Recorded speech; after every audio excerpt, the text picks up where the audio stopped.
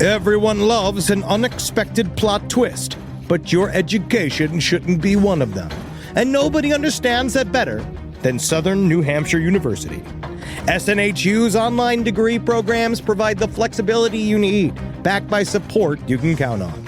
With over 200 affordable options in psychology, criminal justice, business, and more, SNHU is built to fit your life and your budget. Visit snhu.edu/lastpodcast to learn more. That's snhu.edu/lastpodcast. Courage. I learned it from my adoptive mom. Hold my hand. You hold my hand. Learn about adopting a teen from foster care at adoptuskids.org. You can't imagine the reward. Brought to you by Adopt US Kids, the U.S. Department of Health and Human Services, and the Ad Council. There's no place to escape to. This is the last podcast. On the left. That's when the cannibalism started. What was that?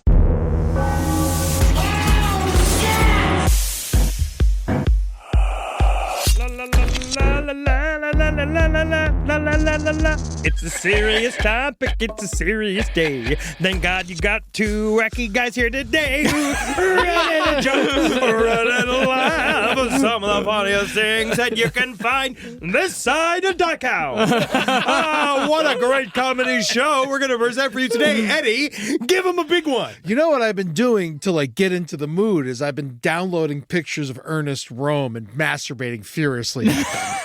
And I don't know if that's good or bad. I know Himmler would hate it, but Röhm would like it, and I just don't know where I stand, if it's a good thing or a bad thing. It's so open, it comes all the way back around. You know what I mean? If you only allow yourself to be gay for Nazis, what kind of hate is that? It's like love and hate together. I've changed the word coming to roaming, and my cell phone package hates it. They really but do. Verizon's been real upset about it. But otherwise, I've been roaming, days now. Actually, I love the idea of the concept of roaming is cutting your nose off and jerking off on a man's chest. Please, it's roaming. Welcome to the last podcast on the left, ladies and gentlemen. My name is Marcus Parks. I'm here with the man who's trying to bring a little bit of levity. His name's Henry Zabrowski. Hey, everybody. I hope everybody likes super long lines for death.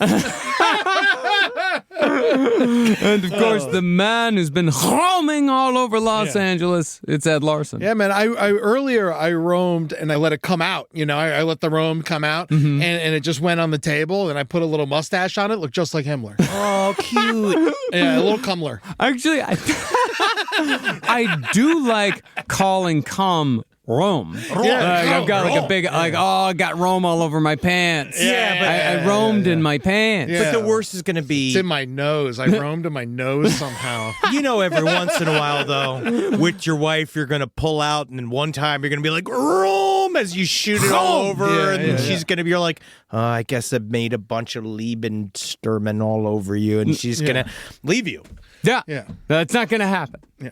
Not to me. I mean, we're not fucking to this, 3 episodes deep to 9 episodes maybe of Himmler. So when it comes down to it, you better start getting with the program, buddy, and getting hard for Himmler. Honestly, Julie's last name is Rosing. She's very German, and I'm a little disappointed in how little she cares about this.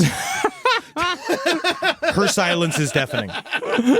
So when we last left Heinrich Himmler, the Nazis were finally in power. By manipulating conservative figures in the German government who thought they were manipulating Hitler, the Nazis managed to get good old Adolf appointed as chancellor, which was the highest position of power in government right under President von Hindenburg. Within just months of being in power, however, the Nazis false flagged their way into a full authoritarian regime by starting the infamous Reichstag Fire, in which Germany's parliament building was burned down and left-wing politicians and activists were used as the scapegoat. In the weeks following the Reichstag Fire, Nazi flags began appearing everywhere in the streets of Germany. You couldn't escape the swastika. It was an overbearing presence. It's sort of how you feel when you go to a conservative town and there's MAGA shit everywhere. It's designed to make you feel hopeless and outnumbered. But one by one, Germany's most powerful institutions surrendered to Hitler and his goons, because the alternative was to face the violence being perpetrated by either the SA under Ernst Röhm or the SS under Heinrich Himmler. And now we see what it means to be inside of a fascist fantasy land. Because what has to happen within fascism and within something, especially within Nazi Germany, is that everybody has to sort of now accept the reality that they're in. Because if not, they get murdered. Yeah, they get murdered, or you just can't deal with it. Yeah. Like you really they do. There's a lot of talk about how, and a lot of debate as to how fully the German people accepted Nazism and how fully they accepted it into their lives. And that's the thing. But that's the thing about a fascist government, is that the more you're exposed to it, the more you're exposed to these totalitarian ideas, the more you just sort of break down and accept it. Because you're trapped you're in it. Yeah, you're in it. You get no way out. And when you talk about the Nazi flag too, it was like good marketing. It is. It's like Yes. a good looking symbol. Like I hate to compliment them, but Goebbels knew what he was doing, buddy. These guys know what they're doing. He knew what they were doing. They had two different Nazi flags. I learned about this today. I didn't realize there was like one that was just like red, white, and black, and then with like stripes like the actual like Germany flag, and then they changed it to the swastika flag in 1935. Yep. And then because it tested better.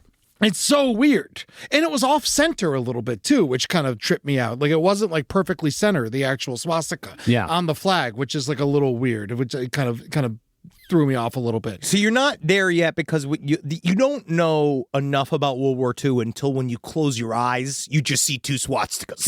Yeah. Or like when a woman takes off her shirt instead of breasts, you see swastikas. Every time I go, you get out, you get out, you villain, you get out. They make wonderful booby tassels. Swastikas. I've seen a couple of those films. The action. Now, much of the worst violence began with who else but the Jews. In April of 1933, just a month or two after the Nazis seized total power, Hitler declared a nationwide boycott on all Jewish-owned shops. Soon after, tens of thousands of Jews were robbed, beaten, or murdered by Rome's SA and Himmler's SS. And soon after, laws were passed that banned Jews from public service, university positions, and various other professions. But the point we're going to come back to again and again in this series is that the Jews weren't even close to the only targets in Nazi Germany and beyond when it came to detention, harassment, and mass murder. See, after the Reichstag Fire was blamed on a non-existent cabal of communists, which is exactly what our government is doing today with the non-existent Antifa. It's not a group. It's a concept. Yes. But they got the girlfriend. I know. Tell me about it. Oh, I know. And I see Greta Thunberg every day defying me with her bangs. Those bangs are a wall of hate. Well, after the blame was placed on this non-existent cabal of communists, left-wing political party leaders in Germany stepped down, or they were arrested along with labor leaders. This also, of course, destroyed the unions. But those on the right wing, even those who weren't Nazis, they were largely fine with the crackdown. This was because conservatives in big business and finance, the aristocracy and the landlords, they were given free rein to do whatever they wanted. This, however, came at a great human cost, not just to themselves, but to their neighbors as well. Landlords? Henry. Landlords, wait a second. Landlords don't do anything ever wrong. Yeah, No. Henry, I'm sorry to do this to you, but apparently landlords can be bad. No! What are we? I'm moralist. Any job that has the word Lord. Yeah. Hey, except when I applied to be Goon Lord for my local county, it's actually getting nice. I am, honestly, I'm second, I'm kind of second running up to be Goon Lord of LA counties. Oh, congratulations. That's great. You haven't been roaming lately. Yeah, no, the key is to roam, but never arrive. Well, any autonomy that people may have had to live their lives the way they wanted to, as they did in Weimar Germany before the Third Reich, that was swiftly squashed by the Nazis. The people on the right, they lost freedoms along with everyone else. And even if they didn't care about that, even if they were like, well, if you don't do anything wrong, you don't have anything to hide, those people paid dire consequences later on when Germany was utterly and totally destroyed because of the actions of the Nazis. It's going to come back to bite you in the ass one way or another. Just know that the check's in the mail. Yeah. I think mostly it's because of how little respect they had for V's. Like, why are they, like, I know W looks like two V's, but, we don't need to fucking do that shit. I actually learned that the hard way when I was in Greenpoint one time, and I went to one of the super Polish places I went to go get like Karksma. Yeah, and it was like a bodega. Oh yeah. And I walked in, and legitimately the man didn't want to serve me, and then he saw my license and he was like, Zubrovsky, and he hit me, and I was just like, sir, I do not have the father's tongue. And he looked at me like I was a despicable rat. Yeah, man, that's how they do. They start speaking Polish to you, and then when you can't answer, they fucking hate it. Yeah, they get real angry. Zubrovsky. No, when I lived in Greenpoint for many years, and I was often confused for Polish. And anytime someone would speak to me in Polish, and I would say like, "Hey, sorry, not Polish," I always got bah, and then they would walk away. It was always bah. But before World War II even started, the Nazis worked hard and fast on establishing an atmosphere in which the average German had to live their life in a way that was largely prescribed and dreamed up by Heinrich Himmler and his ilk. See, after the Nazi Party took over Germany, Himmler's insane ideas about racial hierarchies and social mores were seen by the average German as more and more reasonable, even necessary to Germany's continued existence. In other words, as the country became fully Nazified, Heinrich Himmler's entirely unreasonable and strict rules for proper living became not only normal, but essential if you wanted to survive the Third Reich. It's kind of like a chicken and the egg. Because the rules beget the lifestyle, and then now you have the rules set in place, and they have the power. Once they have the power, then those rules become a giant whacking stick. Yeah. Now, the most effective action the Nazis took when it came to seizing and holding power within Germany was their takeover of the police. The power to arrest German citizens was given to Ernst Röhm's SA and Heinrich Himmler's SS. And since neither group was actually a part of the government itself, they could act independently and extrajudiciously.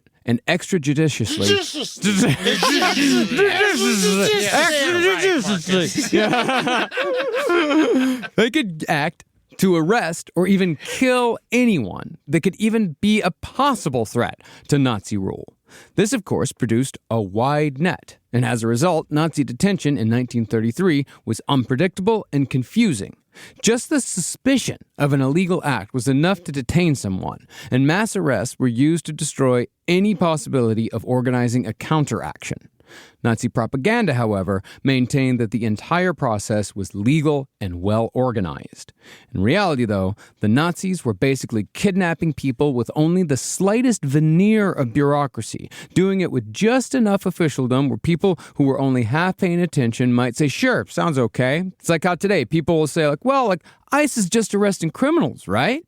Because they're not paying enough attention to see the stories of the incredible amount of innocent people who were being detained and disappeared along with the criminals. All these people who are half paying attention see is photos of scary-looking dudes, which is good enough for them. You fucking piece of shit. Do you understand what elote and tamales have done to the waistlines of the United States of America, of the good American citizens of this? And those people out there fucking cutting into the money of our wonderful government, selling that tamale outside of the U.S. taxation system? Yeah. I say, string them up. Yeah, I for one, fucking support our ISIS grouping.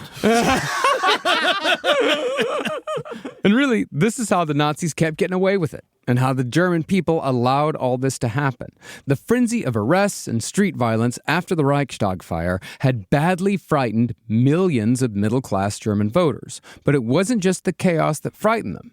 Instead of believing their own eyes as far as what the Nazis were doing to their friends and neighbors, Germans listened to what Hitler was saying about how the Bolsheviks would take over and kill them all if the Germans didn't vote for the Nazis again. And sure enough, when the next election came in May of 1933, the people listened to Hitler and their own fears instead of trusting what they saw with their own eyes. And the Nazi share of power only increased. Do you think that it's also a show of power also helps them believe that the problem is big and ever present. Yes, of course. No, when you have all of this chaos going on, it's like the people, when that fear hits you, like you don't want to think that something bad is happening there. You want to think something good is happening. Yeah, the government they've got to be busy doing something good. Yeah, this has to be good. That person can't be innocent. I elected him. Yeah, I elected him. I said yes to this, so therefore this action that's going on, that has to be good. It has to be good because that's how they feel better about themselves. Now they feel better about what's going on because people have a very hard time changing their minds when they've fucked up. Yeah, I mean, it's fair. We talk about sunken cost fallacy when it comes to cults. We talk about this when it comes on those extreme ends. And what people sometimes don't understand is that none of us ask. A lot of these people within Germany weren't asking for this. Mm-hmm. They weren't asking for this. But when the cult builds up around you, you might want to figure out how to get out. You have to look at that exit. If you start to see the bricks start building around you, it's about time to start bugging out. Yeah, it's time to get out of there.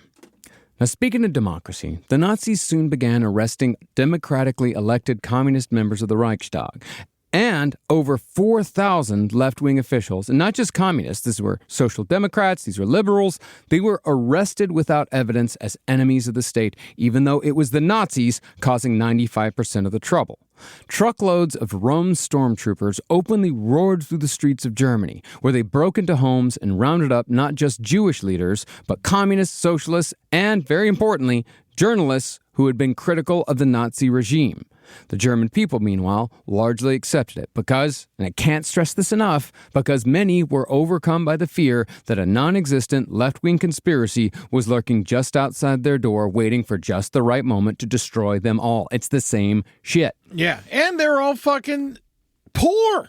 They're all just so desperate and sad, and they don't see where their next meal's coming from, and so they're like, if you're doing anything, I'm with you. Yeah, and if you're dressing me, Hugo Boss, I'm there. I absolutely love it. I wonder if I want to tell the audience.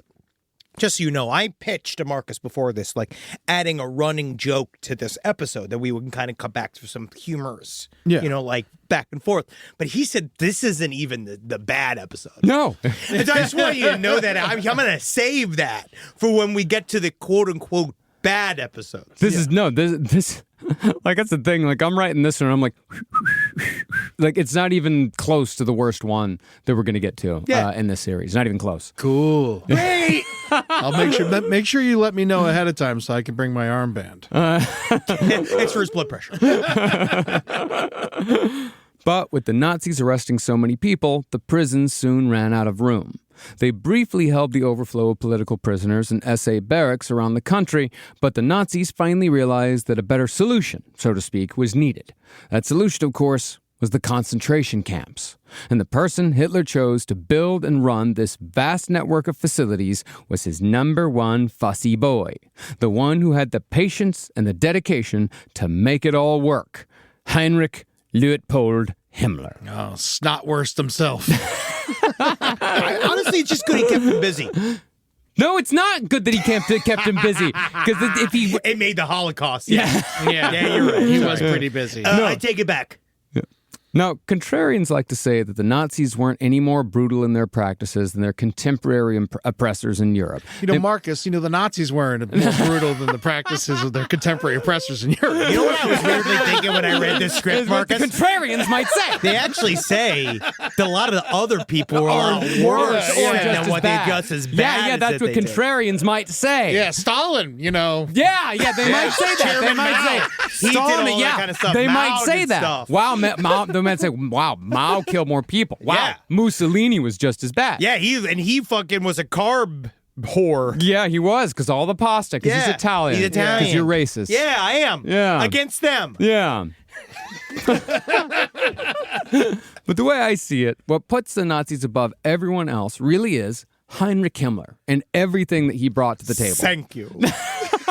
can hear him somewhere. Somewhere he's smiling, knowing that I made one man happy. It's not making me happy. I'm just saying it's what made the Nazis I worse. love the attention. Doesn't matter if it's good or bad. I just like to be seen. How many parts is my series? That's Rushmore. Crazy. That's amazing. What an honor. No one ever chose me to be the most evil. It was always Hitler this, Göring that.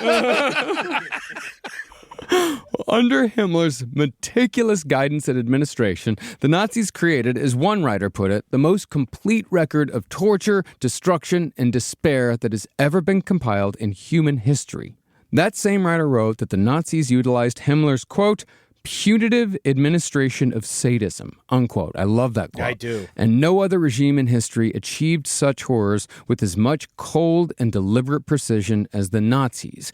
And the big thing is that the Nazis made their anti-Semitism, they made their, like, the murder and the extermination was an actual function of the state itself, an official function of the state itself, a stated goal of the state itself. Yeah, even a lot of other dictators had this sort of almost like style to pretend or to disguise or to say that it was one thing or another, that they were doing one thing, but then they would do another. They would kind of even play to this idea of like, well, I still kind of want to keep my power here. There's like a beloved contingent I want to keep. There's like a thing I want to keep. But the Nazis were unique in that level of detail that they allowed themselves to do this with. Like all the rest of them knew, to be honest, well, we don't need all this evidence. Yeah. And we could kill them more just indiscriminately and we can do this. The Nazis really decided to do it with a real panache. Didn't Hitler's inner circle like have a meeting where they were like, all right, how Jewish does someone have to be for us to kill them? Always. Yeah. They were Constant. that was a meeting. That was a moving needle. Yeah, because they were like, oh, half isn't enough. You know, like it was like I think it was like 3 grandparents was like what they settled on or something. Yeah, they had many discussions about this. It's damn near the only thing they talked about. It was up there. I mean, and Well, they weren't talking about feeding people, and they weren't talking about the economy, and they weren't talking about rebuilding. They weren't talking about any of that because the only goal was to kill as many Jewish people and Jewish-aligned people as possible. well, and the reason why that the Nazis specifically had this, and the reason why that not because Nazism doesn't work without the idea that individual morality does not matter. Is that you're talking about racial morality. You're talking about we're doing this for the good of the race. We're doing this for the good of humanity, and that's the only thing that matters. Individuals don't matter at all. And when you look at everything from that perspective, then you're going to do some horrible shit. And furthermore, the Nazis also looked at everything from the perspective of the law of nature. Everything was about nature. The Nazis not only saw other people as animals, they saw themselves as animals. Everything was animalistic and survival of the fittest, complete misunderstanding of it. But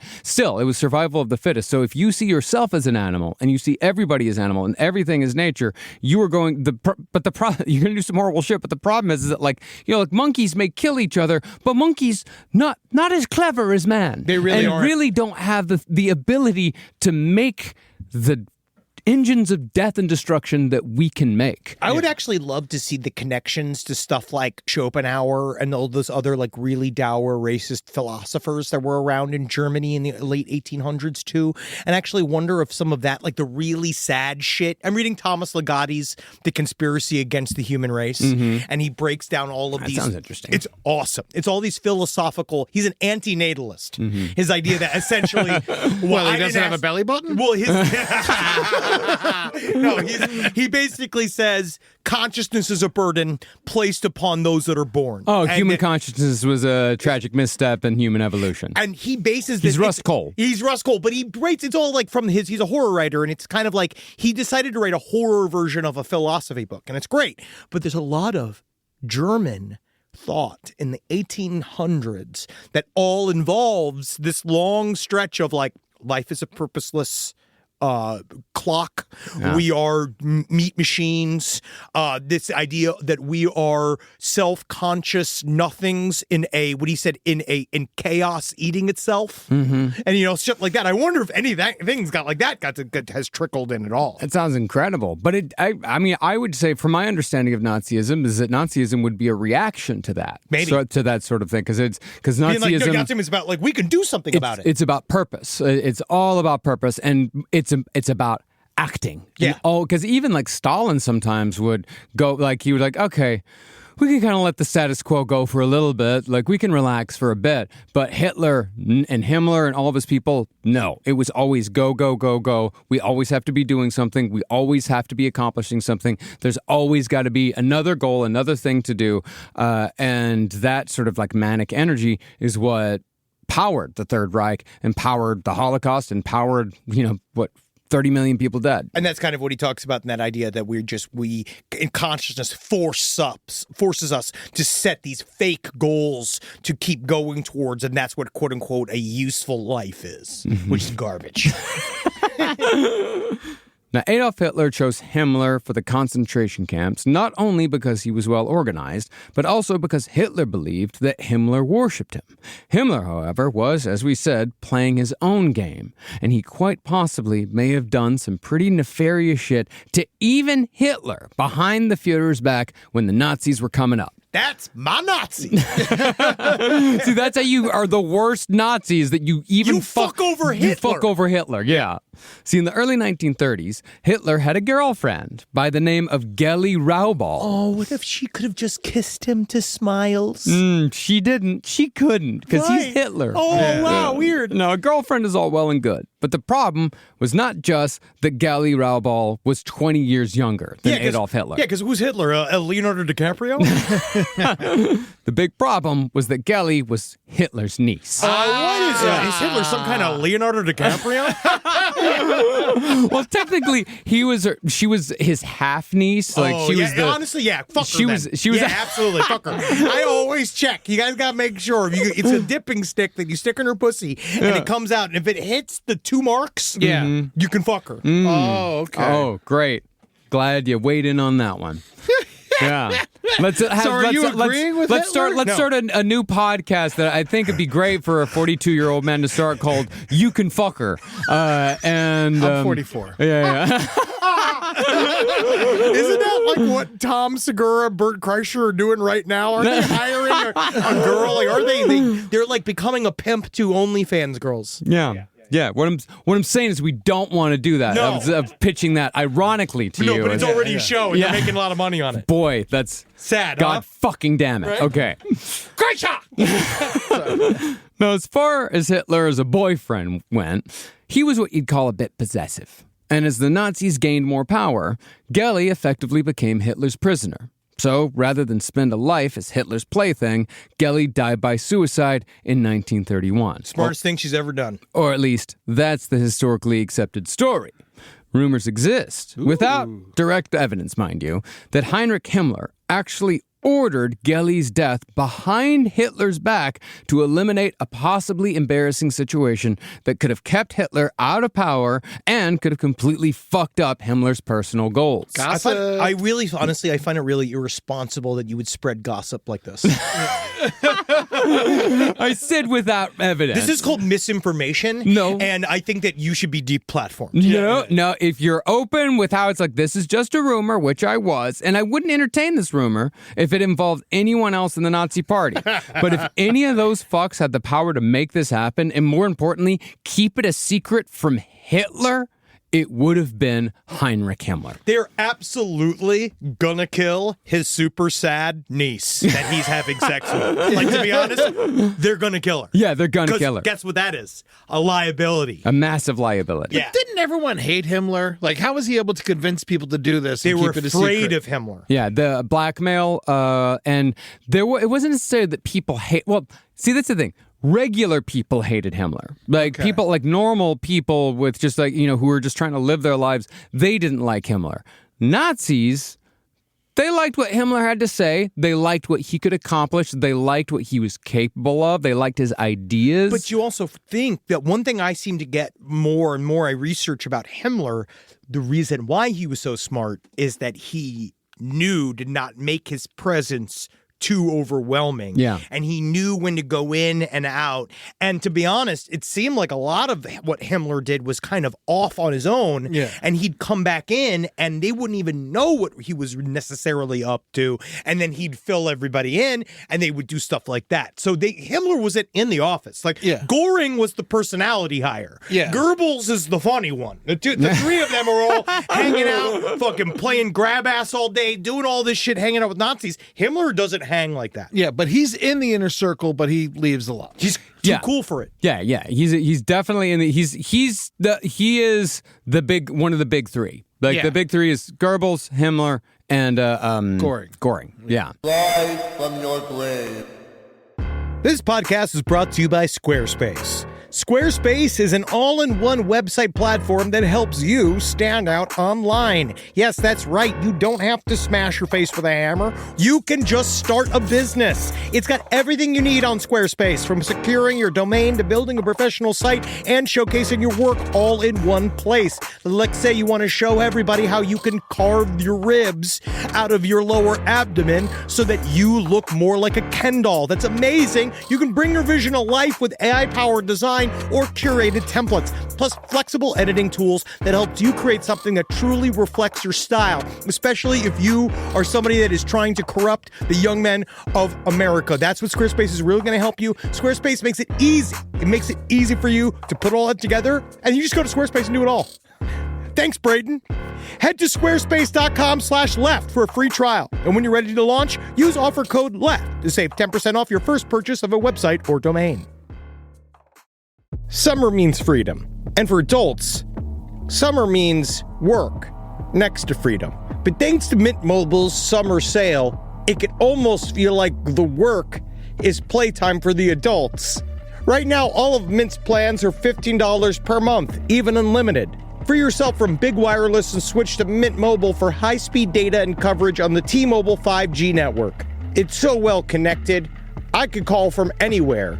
Deep from well within my bunker, where my AI-fueled robots slowly but surely toil for me, but I know for a fact I'm saving money on my phone plan. Or up above, where I'm training all of my giant Amazon female warriors who will fight in bulletproof mesh. Also, honestly, Mint Mobile's really cheap and it's really reliable, so you should use it. To get your new wireless plan for just $15 a month, go to mintmobile.com/LPOTL. That's mintmobile.com/LPOTL. Cut your wireless bill to $15 a month at mintmobile.com/LPOTL. That's it. There's no catch. Upfront payment of $45 per 3 months, $90 for 6 months, or $180 for 12 months. Plan required, $15 per month equivalent. Taxes and fees extra. Initial plan term only. Greater than 50 gigabytes may slow when network is busy. Includes up to 20 gigabyte hotspot. Capable device required. Availability, speed, and coverage varies. See mintmobile.com. If I think about where we were 20 years ago, and I think what we would use to protect our space, it would mostly involve bayonets, weed whackers, and assorted diesel-fueled dune buggies that we'd use to spread pollution so thick it kept the other improv comedians from stealing our material. But now, SimpliSafe has made all that so much easier. Using SimpliSafe here at the office has revolutionized our ability to use diesel-powered dune buggies for good, and not for chaos. Think about what your home security system does as an intruder approaches your house. Sits, waits. Not much. Just waits until the window breaks, and then it goes, oh no. But then you get some kind of alarm and a notification. What if the whole point was to stop the chain events before it even happened? Unlike traditional security systems that'll only alert you after a break-in is already underway, SimpliSafe is designed to help stop intruders before they get inside. It goes into their mind. It makes them think of why they're doing this. I remember when we didn't have real security and all the podcasters were outside begging for our takes. Begging and scratching like a bunch of weasels. Now I can see them 25 feet away, and I could spray them with fire extinguisher liquid and stink gas. Not that it would make them smell any worse than they already did. Simply Safe helps me lord over them all. Simply Safe has been protecting your world for 20 years. Celebrate their anniversary with us and save 60% on your new Simply Safe system at simplysafe.com/LPOTL. That's 60% off at simplysafe.com/LPOTL. Plus, when you order, write in our show name in the How'd You Hear About Us survey in order to let them know we sent you. Don't forget, there's no safe like Simply Safe. Now, rumors around having his girlfriend murdered notwithstanding, Hitler ultimately chose Himmler to organize and run the concentration camps. But Himmler was not the sole creator. Hermann Göring, one of the big three. He had first established the first concentration camps in the German state of Prussia, when Göring was heading the German secret police, a.k.a. the Gestapo. I got into a little bit of a Göring hole the other day, and I didn't realize it was all the stuff because, That's a big hole to dig into. Oh, yeah. But he's another one that was probably gay. They've been that's one of those things that they circle around. He's definitely fat. But he was one of those where they said that because the thing with Göring was with all the makeup. Like he would cover himself in very obvious makeup. Like he would be very fabulous everywhere he went. He was always in fantastic clothes, and he'd have long hunting parties with his men. He was. Now, there was one quote from one of Mussolini's men when the Nazis went to go visit the Italian fascists, and he said, what is it like? Dakota did a Göring a war. He wear a coat like a prostitute. Yeah, he seeming like a prostitute. That a type of coat he'll wear. I will say Mussolini tears these guys to fucking shreds. Oh, over and over again, and it's so all about fun. their fashion too. It's very Italian. Oh yeah, dude. It's just so funny because he's such a clown, and all these terrifying Nazis come to meet him, and he's just being like, "You look like fucking shit." This is so funny. You fly all the way to Italy. You can't even comb your hair. Hey, look at you, eh? Put on a little cologne. Put on a little cologne. That outfit is Göring. Going off of Göring's example, Himmler established his own concentration camp, completely under his control. I'll make my own concentration camp, so I'll be in charge of all the pain. And we're going to think so hard. Have you ever seen the book? There's actually a really good book called Concentration Camp that's about psychic children put into it, and they have to do stuff for the government. Wow. Is that Magneto's story? No. Well, this concentration camp was established just outside of Himmler's hometown of Munich, and it was the first camp run solely by the SS. This most enduring of Nazi concentration camps was very soon known to the German people as Dachau. It's the way you bring it up. It sounds like it's The Simpsons. What, this most enduring character, Mo Sizlak, was one of the most loved and enduring. Now, it's important to establish right up top that when the German people claimed that they didn't know anything about the concentration camps, or that they didn't know how bad the camps really were, they were trying to feed the world a very large load of revisionist horseshit. Okay. The lie that they didn't know came about mostly because of an autobiography published in the 1970s by Hitler's architect and Hitler's best friend, Albert Speer. You are my best friend. I can just sit here and talk to you about big, ugly blocks of stone for hours. But also, you know what I like? Is that also sometimes we can just sit in the comfortable silence of the concentration camp. That's true. Are you serious right now? Also, it's not really silent because of all the screaming. I don't even hear it. I fall asleep to it. Albert Speer claimed in his autobiography that he'd know nothing about what was going on in the camps. I know nothing! And this was after he had spent 20 years in prison after the Nuremberg trials. Let me just roll my brain or not. I've just done so much that I don't know. Are you talking about the time I worked on that Dave und Busters? Is that what you mean, the Dave und Busters? Well, his claim that he knew nothing about the concentration camps was a demonstrable lie because Albert Speer helped design some of the camps as an architect. He nailed up the signs. But this book, written decades after the war, it gave the German people an out. They can say, well, if Hitler's closest advisor knew nothing, how could I know? How could I, as an average German, know more than Albert Speer? And so, for many surviving Germans, the camps basically became memory holes. You could say, I didn't know anything, even though you very much did. Do you think they might have known not everything? Yes. Yeah, they didn't know every single detail, of course, but they knew that Were they allowed to visit the camps? No. The citizens? No. Well, then also started to understand where they started to put the camps. Yeah. Right? Because eventually it began to be outsourced out, right? Yeah. It was moving farther and farther away from Germany in order to hide it. Eventually, Yes. but Dachau was 12 miles outside of Munich. No, no, it's right there. It was not that. No, you can literally... You can walk there. Yeah. It's a sad walk. Yes. They could put something in there, like a water fountain or a couple of hot wings places, but they don't. In reality, the existence of the camps was spoken of in newspapers as early as May of 1933, just months after the Reichstag Fire, in the context that people were being held in Dachau under so-called protective custody.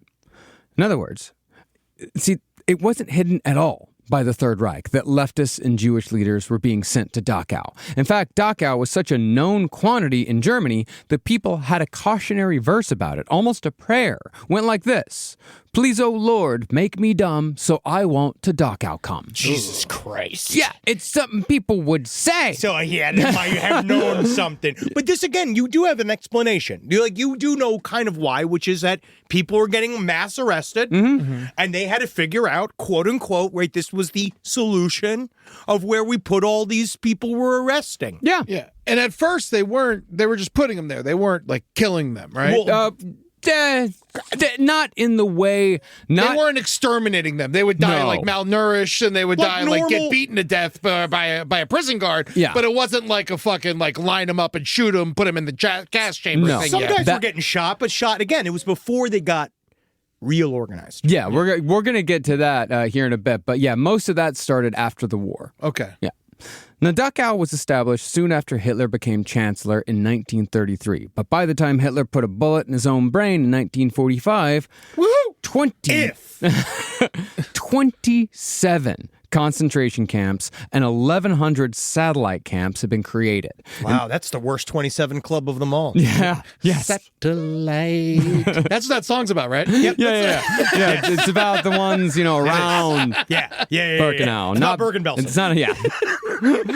And these camps were utilized for everything from slave labor to simple extermination. The camps did, however, open and close according to need. But whether by necessity or some strange sense of twisted sentimentality, the only camp that was open and functioning for the entirety of the Third Reich was Dachau. Now, the Third Reich was not flush with cash. People were fighting in streets over butter, for fuck's sake. So the first concentration camps utilized infrastructure that was already built. Workhouses, vacant hotels, sports grounds, castles, and even restaurants were used to imprison the enemies of the Third Reich. Likewise, Nazi torture dens also appeared all over Germany, to the point where no village or even city quarter was not home to at least one private room where the Nazis could quickly torment and abuse their enemies without having to travel too far. I just wish I could get one. You know what I mean? It'd be fun to do, to just randomly attack comedians in various cities, just for the sake of just like keeping them on their toes. And we'll put them in restaurants? Yeah. As they're hiding them? Ooh, delicious. And you have a back room. That's a what we should buffet. do with all the closed down Hooters. That's a great idea. It's exclusively to torture and kidnap local open mic comedians, The green room. which also about Nazis. Yes. Wow. Weird. Now, it probably wasn't on purpose, but the utilization of existing structures as concentration camps, this actually helped the German people to accept their existence as a reasonable solution to their imagined problems. This was especially true of the workhouses, because Germany already had a large number of them before the Third Reich due to their cultural tradition of performing manual labor as both punishment and rehabilitation. Where do you think Arbeit macht frei comes from? I thought it was a commercial jingle. Arbeit macht frei. Arbeit macht frei with WeWork.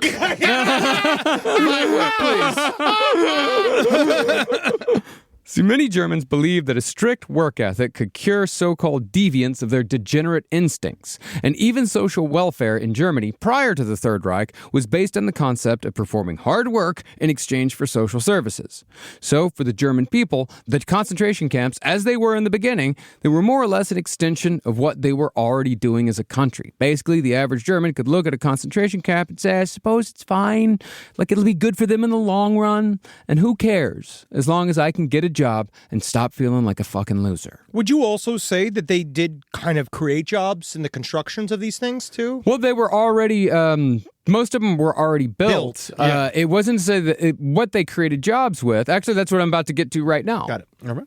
Now, just like it's been across humanity, German citizens believed that the oppression of other people would somehow benefit them economically, trickle-down slave labor, as it were. And as it was, some people did benefit. Each concentration camp basically became a town unto itself, with its own tailors, blacksmiths, shoemakers, and bakers. And some farmers even used the excrement of prisoners as free fertilizer. God, can you imagine lining up with a smile for your monthly allotted share of prisoner feces? Oh, God, human shit potatoes? Yeah. I will say, No wonder they were so angry.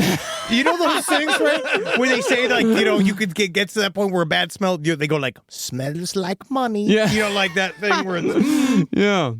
But in the end, as it always goes, the only people who really made massive profits on the concentration camps were the big corporations, like the chemical and pharmaceutical conglomerate IG Farben, who double-dipped on the concentration camps in the worst way possible. Bayer. Yeah. IG Farben used slave labor from concentration camps at their factories, but they also manufactured and distributed the infamous chemical Zyklon B, which was used to kill over 1 million concentration camp prisoners once the final solution became an integral part of the concentration camp system in the early 40s. It is important to note, however, that the majority of the 6 million Jews killed in the Holocaust were not murdered in concentration camps as it's often assumed. Where and how they were killed will be covered extensively in a later episode. That would be the aforementioned worst one. How exciting. Yay! What a tease! But for this episode, we must remember that the concentration camps targeted a wide variety of people, including leftists, gay men, trans people, Roma, and basically anyone who might have given the Nazis a hard time. You know what I learned is that what was weird is that the Nazis, of course, they hated gay men, but not because they were necessarily homophobic. It was because you shouldn't be having sex with other men. You should be having sex with a woman To make a so baby. you can make a baby. But they also they actually came out and said they had no problem with lesbians because they said that lesbians were merely and it's fucked up how they put it, but they said that they were, I can't remember the exact term they used, but they said that there were not enough men in Germany for all of the women because of World War I. Wow. And so these women, like some sort of they were frogs. They were needing to go, they were needing comfort, so they were turning to each other.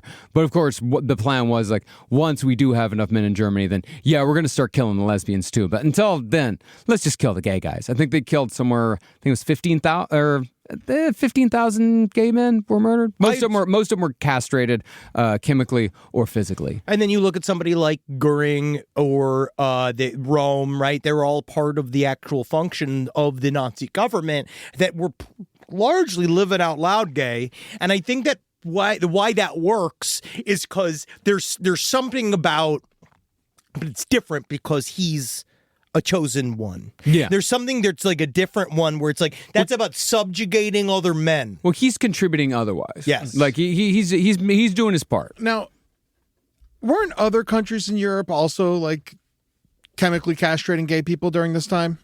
I don't know about that necessarily. I do know that other countries in Europe at this time were also incredibly anti-Semitic. Yeah. I mean, I was getting, I think they get chemically like blown up. Oh, I was remember the Imitation Game. I remember they chemically castrated that guy. Well, yeah, that was he because I think, but also that company. I think that was in the UK. Yeah, That was UK, yeah. Yeah, that's why I brought it up. Oh yeah, I mean Yeah. it's not. Yeah, it's not. It's frowned upon, Eddie. Okay. Yeah, it was going real bad for gay men during this time period. Yes. Yeah, really, really badly. Now, under Heinrich Himmler's exacting guidance, the concentration camp system of the Third Reich had its own organization, rules, staff, and even its own acronym for easy reference in Nazi paperwork. In official documents, camps were referred to as KLs, from the German Konzentrationslager. Yeah, you're going to want to abbreviate that. Yeah. Yeah, it's a long one. But since there was so much paperwork, we're able to see how the concentration camps constantly evolved and overlapped, as opposed to how it's normally thought of, that concentration camps were just there to kill Jews. See, in the early to mid-30s, where we're at now in this story, concentration camps were more used as deterrent threats, reformatories, slave labor centers, and straight-up torture chambers. It was only towards the end that they became used more for human experimentation and genocide. It is necessary, however, to discuss the evolution, because the elements that were needed to get the camps to their endgame were present from the very beginning when Heinrich Himmler was building and establishing Dachau. Now, when Heinrich Himmler was deciding who should staff Dachau, he figured that it would be best to use not just the SS, but SS officers who volunteered for the position, or at least SS officers who understood that it would be in their best interest to volunteer. As far as who those volunteers were, the average age of a Nazi concentration camp trooper was 23. I mean, think about that. I mean, it's the only ones you could get, I imagine. I mean, they're more or less the age of a recent college graduate. Yeah. And you're fucking stupid at that age. No offense to our listeners that are 23, but you're going to get smarter. You just don't understand yet what you might be involved in and what that all is and really what you're don't. doing. No, I did some really stupid, fucked up shit at that age. but still, it's still hard to forgive a Nazi. Yeah, I mean, you were never a concentration camp guard. You You sold drugs. Yeah, you sold drugs and owned guns. Yes, It's different. for sure. Yes, but I'm just saying, like, even if you become a better person, Eddie, though, at that age, you really make some bad decisions. You do. I will say, though, Eddie, what about the time you and I burnt Grenada? Well, that was one of our hardest, most immature. Grenada? Yeah, me and Eddie did a 2-person assault against this town in Spain called Grenada. We burnt it down. We attacked all the women. Yeah. We killed the children, and we arrested all the men. hold but on. I went to the island. Yeah, we were but we were 23. Yeah, I get it. I get it. Time. Now, most of these guys were middle class, and most had not fought in World War I due to their age. They had, however, been radicalized by years of right-wing propaganda that had made them terrified of communists and furious towards Jews for supposedly losing World War I and making their lives miserable. That's the thing I want to correct, is for you guys to understand that a lot of these Nazis didn't serve in World War I. Many of them did not. I think a lot of people assume that the Nazis were these war-destroyed, World War I disaffected. That's what I thought legitimately when I was first getting into this, that there would be a lot of World War I disaffected German soldiers that would want to be a part of this. But we realized now, that was 25 years in between the two. They'd be in their 50s. And so everyone that said, it's like, they weren't World War I officers. These were angry children. Well, not just that, but what the World War I officers did is they came back. Like, Germany was one of the very few countries that looked upon World War I with a sort of romance. Yes, and they thought they wanted to do it all over again. Yeah, they looked at it, and the younger kids are like, if only I could get there, if only I could do that. Whereas in France and England and America, like, every World War I veteran's like, I don't want to talk about it. Well, I don't want to talk about it. Please don't. Let's just never talk about it again. Let's please never mention, and let us do every single thing we possibly can. I don't care what, to make sure that we never have to do that ever again. We've done very little touchings on World War I. World War I was bad. Yeah. World War was bad, dude. It was rough. I saw all those fake faces in Edinburgh. Yeah. I saw all the things that they had to do to replace everybody's fucking cheekbones, put a piece of porcelain in your face, and you go, I just want to say so nice that I had an opportunity to be a part of the government here. You mean, it was bad. It was so incredibly bad, and that was part of how the Germans got as powerful as they did, and part of why they were able to get to the point where they could invade Czechoslovakia, because every other country in Europe was saying, like, we got to do anything. I don't care what, we're not going to war again. And Germany's like, we're going to war again. We're doing it. We're fucking going. Like, try and stop us. Now back to the SS. Great. While one had to be of a certain temperament to even think about joining, new members still had to undergo a full regimen of brainwashing once they signed up, which included weekly exams on Mein Kampf and quizzes on the works of Heinrich Himmler's favorite occult and right-wing authors. Oh, we could get deep into that. Yeah. Oh, hell yeah. It's kind of like what you make me do. Yeah. Yeah. I'm the Himmler of this podcast. I'm keeping the lore straight. Yeah. Oh, yeah. I love that I'm watching 31 horror movies and nothing but Holocaust footage. Hey, man. The water's fine. All I know is I got sad watching the Nazis, and that was one of my struggles. I never requested you to watch any Holocaust footage. Thank you. You didn't have to. I appreciate it. I just been sending to him on TikTok. Yeah, that's my algorithm right now. I'm on Cost Talk right now. Nice. You ever found yourself on hashtag Cost Talk? I've not. No. I've never been on bleak. Cost Talk. Yeah. It sounds bleak. It is. Now, out of his new SS recruits, Himmler began singling out individuals who could look upon Jews and communists with no humanity whatsoever, and these were the guys recruited to run and guard the concentration camps. These units came to be known as der Totenkopf, or, as they're better known, the Death's Head.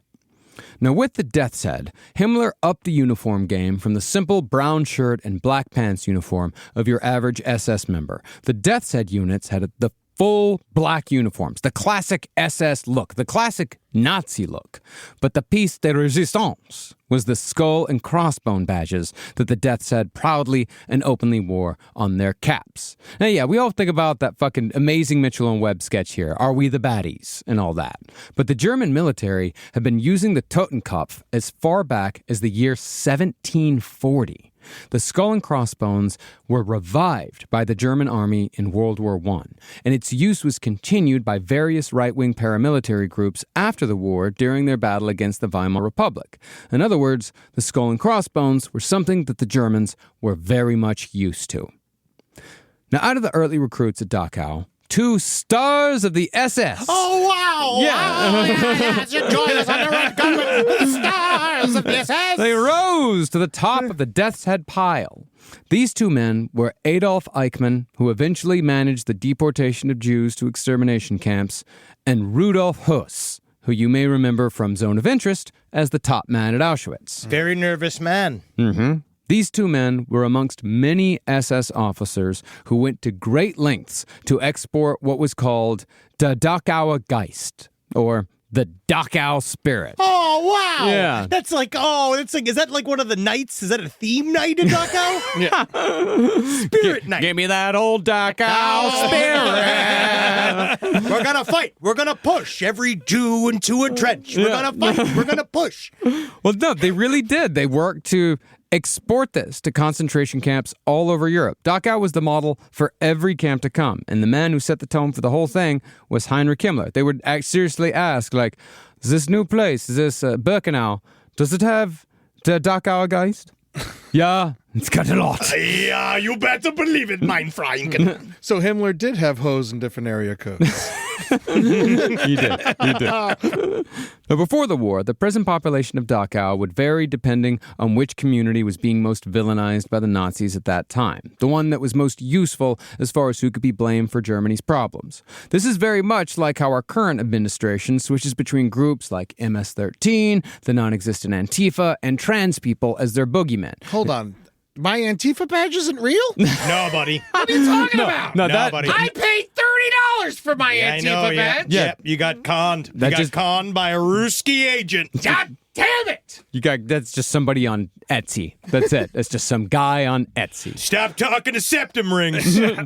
Sometimes, just like the Nazis did with the Jews and the communists, this administration will mush their boogeymen together, like this recent trans-Tifa nonsense that we keep hearing about. Well, yeah, honestly, I did have to avoid a roving band of trans-Tifas the other day, because it was so hard getting around all 0 of them.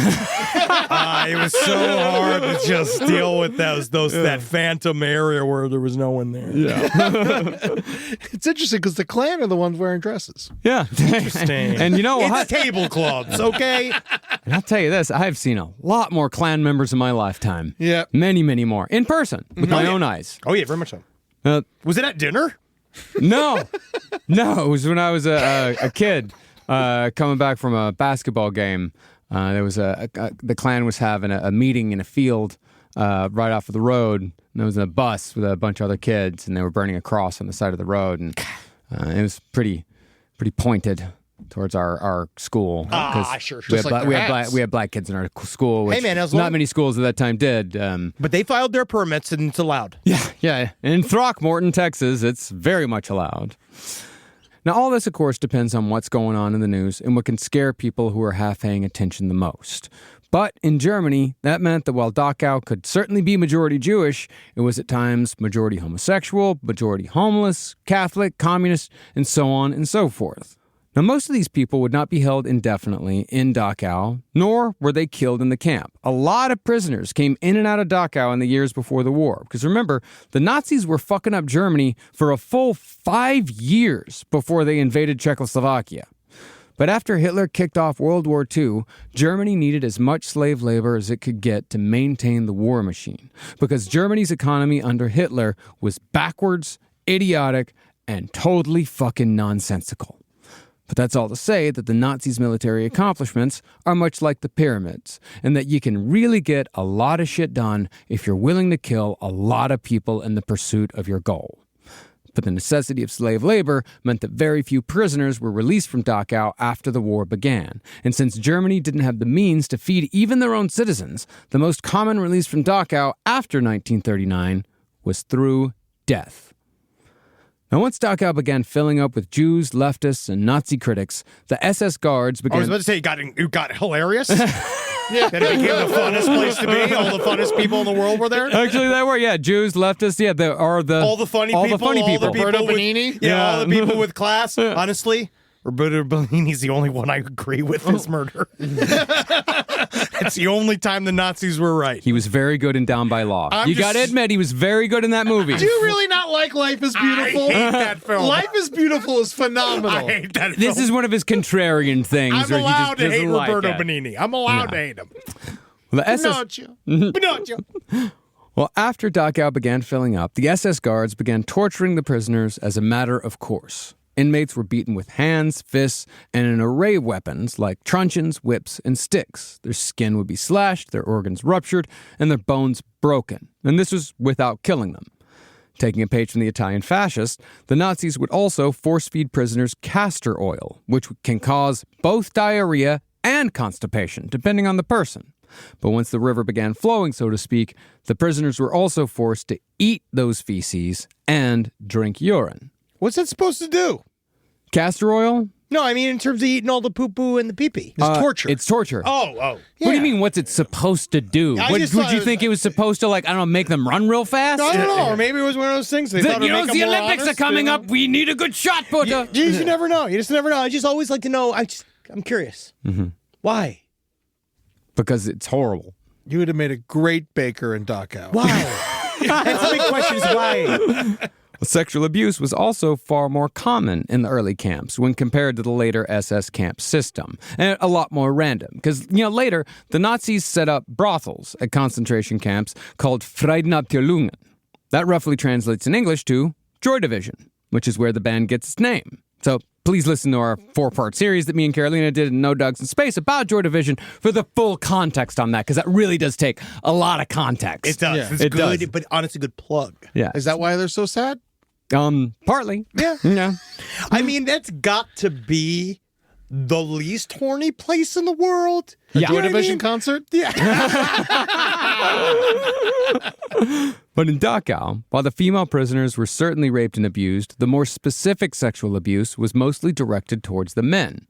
In some cases, their naked genitals were thwacked with sticks and truncheons, and some were even forced to masturbate each other. The only person in my family was a female on the Catholic side was raped at a concentration camp. Got pregnant from the SS officer that did it. Made it through.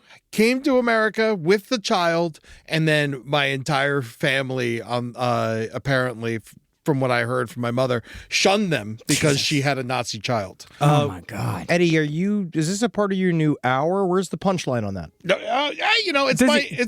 is the Catholics. Not everything he says has to have a punchline. He can just tell us. trying to make his extremely brutal story funny.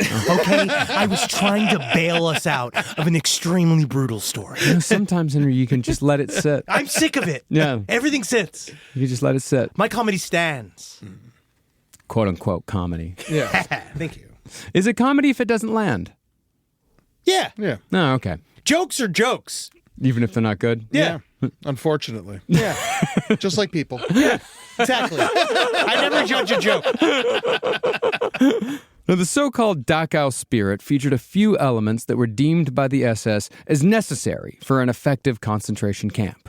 First, the camp had to be sealed off from the outside world to prevent escapes and to engender a feeling of hopelessness. This also created jobs because it meant that the concentration camps had to basically become towns unto themselves. I actually heard that the Luxor took quite a bit from Dachau.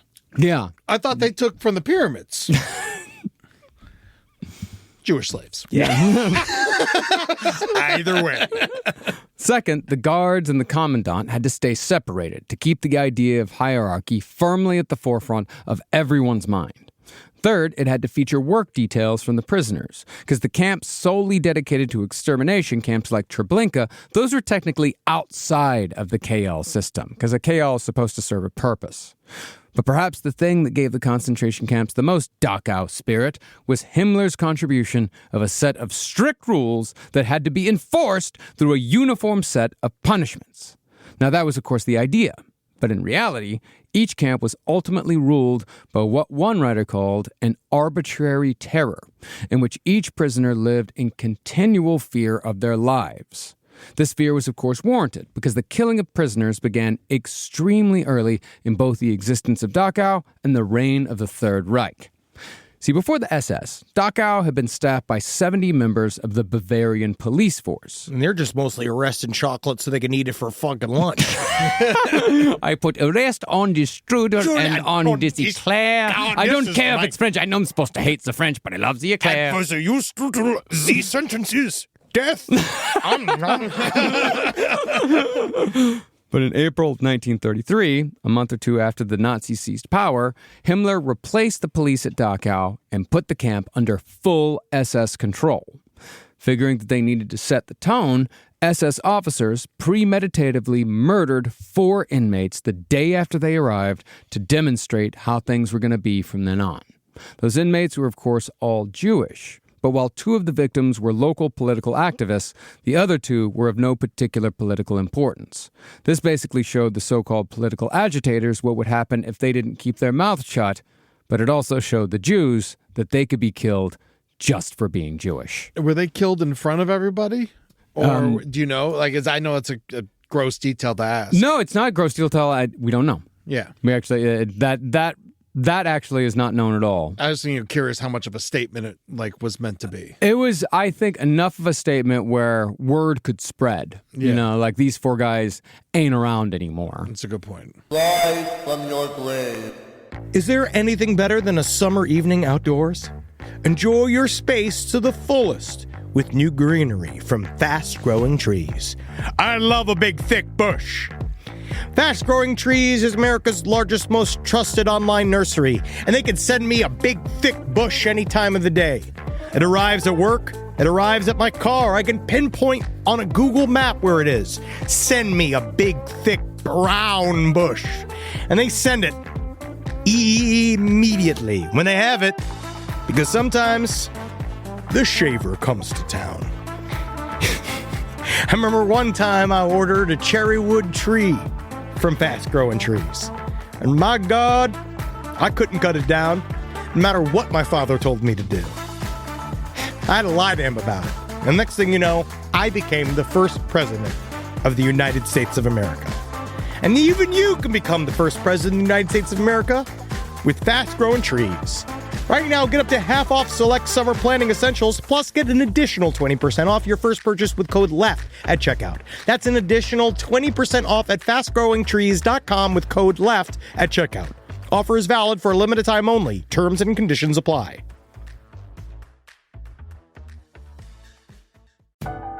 This is a paid ad by BetterHelp.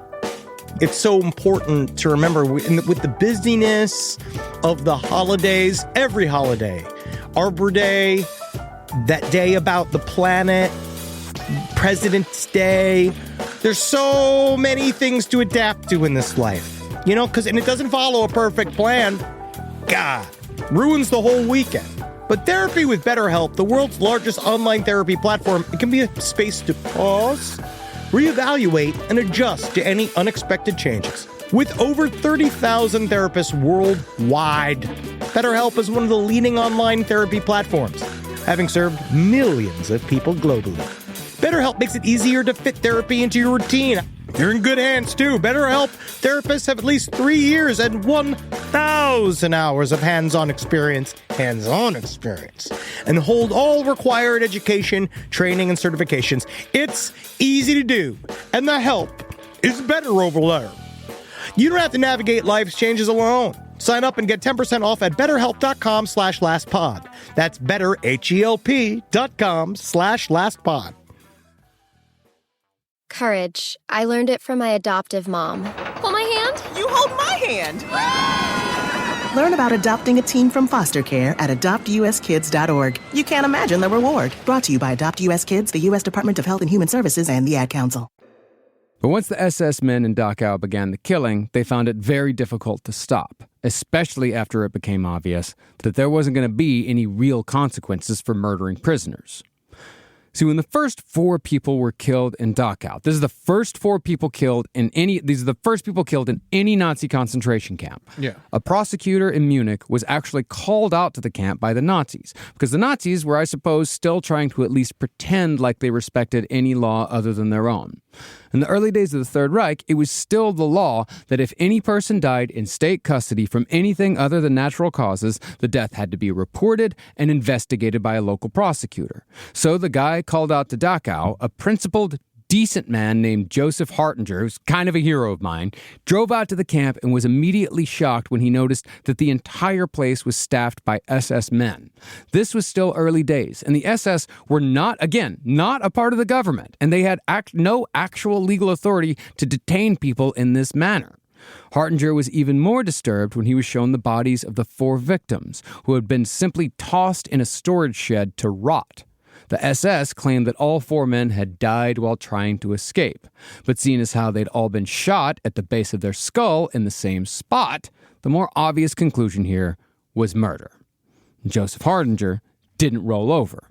When more and more deaths were reported, so-called suicides in which the victims were obviously beaten before dying, Hartinger got to work trying to figure out any and every way that he could personally stop what the Nazis were doing. After compiling a mountain of evidence with the local medical examiner, Joseph Hartinger issued a murder indictment for the camp commandant at great risk to his own safety, and he did achieve a few small victories merely by pushing back against the Nazis when everyone else was too afraid to do so. In fact, it's been said that if there had been just 100 men like Joseph Hartinger pushing back in all of Germany, and 100 in Germany, we're not talking about Munich, we're just talking about Germany, then the Nazis could have been stopped, even after the Reichstag Fire. And Hartinger, by the way, survived the war and never gave up hope throughout. He bravely kept all of the records from his investigation throughout the Third Reich's 12-year rule hidden away, papers that would have gotten him sent to a concentration camp and killed. He was saving it for the day when the Nazis would inevitably lose power and he might have the opportunity to prosecute those murders. And while he did not prosecute those murders directly, the evidence that Joseph Hartinger gathered was used in the Nuremberg trials. Wow. Weirdly enough, these very scary individuals, it seems, are affected by even the smallest amounts of pushback. Very much so. You just have to do it. And then it does take you sacrificing yourself to do it. And it's very, very difficult to make the choice. I mean, not even necessarily. He didn't, but this was because it was then. It was because it wasn't too late yet. Well, the thing is, too, is that you got to know who has the power to be able to do it. Because, like, Joseph Hartinger was not Jewish. If Joseph Hartinger was Jewish, then, yeah. They would have killed him immediately. They would have killed him because there were lawyers and people and prosecutors who pushed back against Hitler hard, who were killed for doing it. But Joseph Hartinger, and that's the lesson, is that you got to know when you're the guy who can say, fuck you. The one who can stand up and say, no, I'm not going to go along with this. You're out there. You exist. They have always existed. You can't pay off an entire country to kill us all. Like, that's kind of what this is about. Like, you can't just pay us off and think that we're just going to walk away from what's happening inside the country. But there just wasn't enough of him. How did he get away with not getting killed? Did he hide? It's because he was white. He was a fucking Aryan, German, card-carrying member of the fucking society. Basically, they swept him aside because the Nazis, when they could just sweep someone aside, especially if it's just like a regular ass white dude named Joseph, like when they could sweep him aside, that's what happened. Is like basically the files were sent off and it went to this person and that person. The whole case was basically killed. So when they could do that, they did. Like if they could avoid outright murdering someone, they would. Just because it was messy. It was messy, and they would have to deal with push. People say, "Oh, why did you kill Joseph? I like Joseph." Yeah. Now, the biggest consequence of Joseph Hartinger's pushback against what was happening in Dachau was that the killings did temporarily stop, and to avoid any heat from the ever-sensitive middle class, the camp commandant who was indicted for the murder was replaced. But unfortunately for everyone who ever went to Dachau afterward, Himmler replaced that commandant with a super Nazi named Theodor Eicke, who had joined the Nazi Party in 1928 and had been a member of Himmler's SS since 1930. Yeah, I can't even leave skid marks on my underwear. Because you're such a good Nazi. Yeah. Have you tried? It's very difficult with my diet. What's your diet?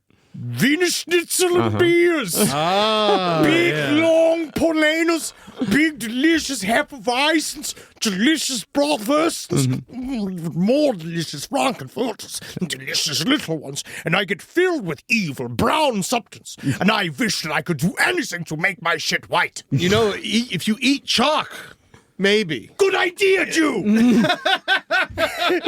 Good idea, Juices the Games. Well, like many of Himmler's top men, Theodor Eicke was yet another crackpot that Himmler had put into a position of power. And this was after Eicke had, of course, proved that he could not succeed or even exist in a civilized society.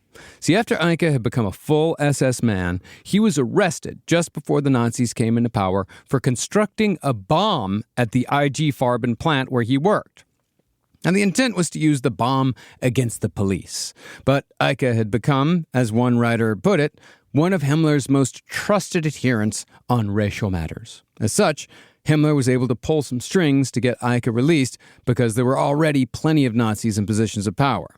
But Himmler told Eicke that he'd only be set free if you promise to never do anything like that ever again. Never do that. Never. You never. You never Don't do that again. do the bomb. Stop with the bomb. You're You're out of my special secret medieval nightclub. No. I've been eating chalk all week. Look at my boobs. I made them cream. Good job. Good effort. But still no bomb. Eicke said yes, and was sent to Italy to train their Nazis on how to be effective terrorists. That tells you what Eicke's good for. Go train people to be terrorists. You'd be good at that. Don't stay here in Germany. Honestly, thank you. It's the only thing I've ever wanted. Would you like another hard-boiled egg? I don't even like the fact that the middle is yellow. Or Himmler would call a self-portrait. Yeah. Now, Eicke returned to Germany in March of 1933 after Himmler came to power. That's how much he sucked. He had to wait until Hitler was in charge before he could come back.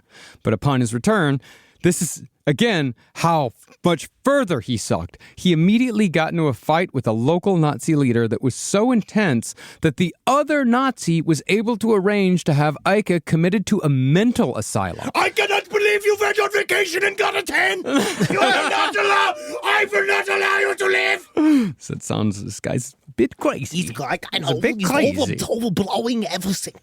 Well, to Himmler, this had meant that Eicke had broken his word. He'd gotten in trouble again. So Eicke was kicked out of the SS. But after the asylum's director informed Himmler that Eicke was not mentally unbalanced by his standards, Himmler apologized, got Eike released, reinstated him in the SS, and gave him a promotion. Even gave 200 Reichsmarks to his family. I've got to say, honestly, it was kind of even fun being in jail because I got to hate new things. I met new types of things to hate in there, and it's crazy. So honestly, thank you for the opportunity to learn how the terrible people. See, this was right around the time that Dachau's first commandant was under fire from the whole prisoner murder thing. So Himmler figured that since he'd saved Eike twice, and since Eike had the right points of view, who better to run Dachau? This, again, is the elevation for loyalty exchange we were talking about. And since Eike had the same insane racial and societal beliefs as Himmler, Himmler knew that Eike would have no problem whatsoever in executing Himmler's vision. Now, I'm just pissed. Yeah, you don't like Nazis? Yeah. What's wrong with them? You're right. It's not giving me heartburn or anything. Now, Eike thrived almost immediately upon taking over operations at Dachau. The young guards at the camp reportedly adored him and even began affectionately referring to him as Papa Eike. Oh, Papa. cute. And so, since Eike was doing such a bang-up job at Dachau, Himmler elevated him once again and made him the top man in charge of the SS Death's Head units, even going so far as to share in the recruitment process of potential Death's Head members. This is the most emotional day I've ever had. I never knew that my hate could take me so far. I knew as a hate for little boys that one day I was hoping that I could hate my way to the hate Olympics. And it's been a pleasure. I know this song was written by a Jewess, but you really are the villain beneath my wings. God, sometimes the Jews are just, it's horrible. I hate them, but the allegory is so incredible. Unfortunately, a Jew also wrote White Christmas. Oh, wow. What? Now, both Eike and Himmler agreed that younger recruits would be the best fit for the Death's Head. They called them Blutjung, which translates roughly to those in the first flush of youth. It means, literally translates as young blood. Yeah, literally. Like Youngblood, the musician. Oh. This is all coming back to me. It's all coming back to Youngblood. And his talentless waist. His thin, stupid, talentless torso. No, just switch over to the Image comic, Youngblood. That was right, fun. I'm sorry, yeah. Ooh, that's better. Okay. It is funny how much you don't like Youngblood and you just keep talking about it, and I know that your phone is listening to you and then like giving you Youngblood material. So you just you start hating him more and more and more. Youngblood had to go on 3 different interviews to explain that he did have a relationship with Ozzy Osbourne, and when they finally got to the nut of it, turns out he met him 20 minutes before a concert a year ago. And then all of a sudden now, I believe Ozzy Osbourne thought he was a hot woman. It's so funny because how much you hate Youngblood is making me like him. Well, back to the Blutjung. Eventually. First against the wall when Henry Zabrowski's in charge. Well, eventually, many of the Death's Head guards were handpicked directly out of the Hitler Youth. So by 1938, the average age of a Death's Head guard at a concentration camp had dropped to just 20 years old. Big balls? Does it remind you of anything? Right? It's kind of funny in a way. Yeah, where it's you need young, dumb men to do quite a bit of this. You really do. Because they're driven. They got nothing else to do. They got nothing. Literally, they're filled with cum, and if they're not making Aryan babies, most of the other people probably don't want to touch them. It's just anger. They're just full of so much anger. Rage. And they need purpose. They crave it. They want it. And the Nazis were very good at giving people purpose. And we are looking for a part-time person here at Last Podcast on that court, too. So you could send that over to sidestorieslpotl@gmail.com. We're actually looking for a young blood ourselves. That's true. Now, these young men had, according to Himmler, a balance of malleability and resilience not found in the older recruits. Himmler also found that the enthusiasm of the young recruits tended to spread to the older ones, which was needed because the older Death's Head members came with their own set of problems. See, older SS guards tended to become far more sadistic and corrupted by power, harder to control. These are your guards who earn nicknames like the Beast or the Bone Breaker. Although one interesting nickname I found amongst the list of infamous concentration camp guards, Handsome Tony. Hey, it's me. Hey, I'm from the old neighborhood. You got a problem? Hey, listen, you're looking a little kind of skinny. You want some mozzarella? Yeah, it's a joke. I'm not giving you nothing. I'm a Nazi. Technically, I'm from Coney Island, but I say I'm from Bensonhurst. Yeah, absolutely. Look at me.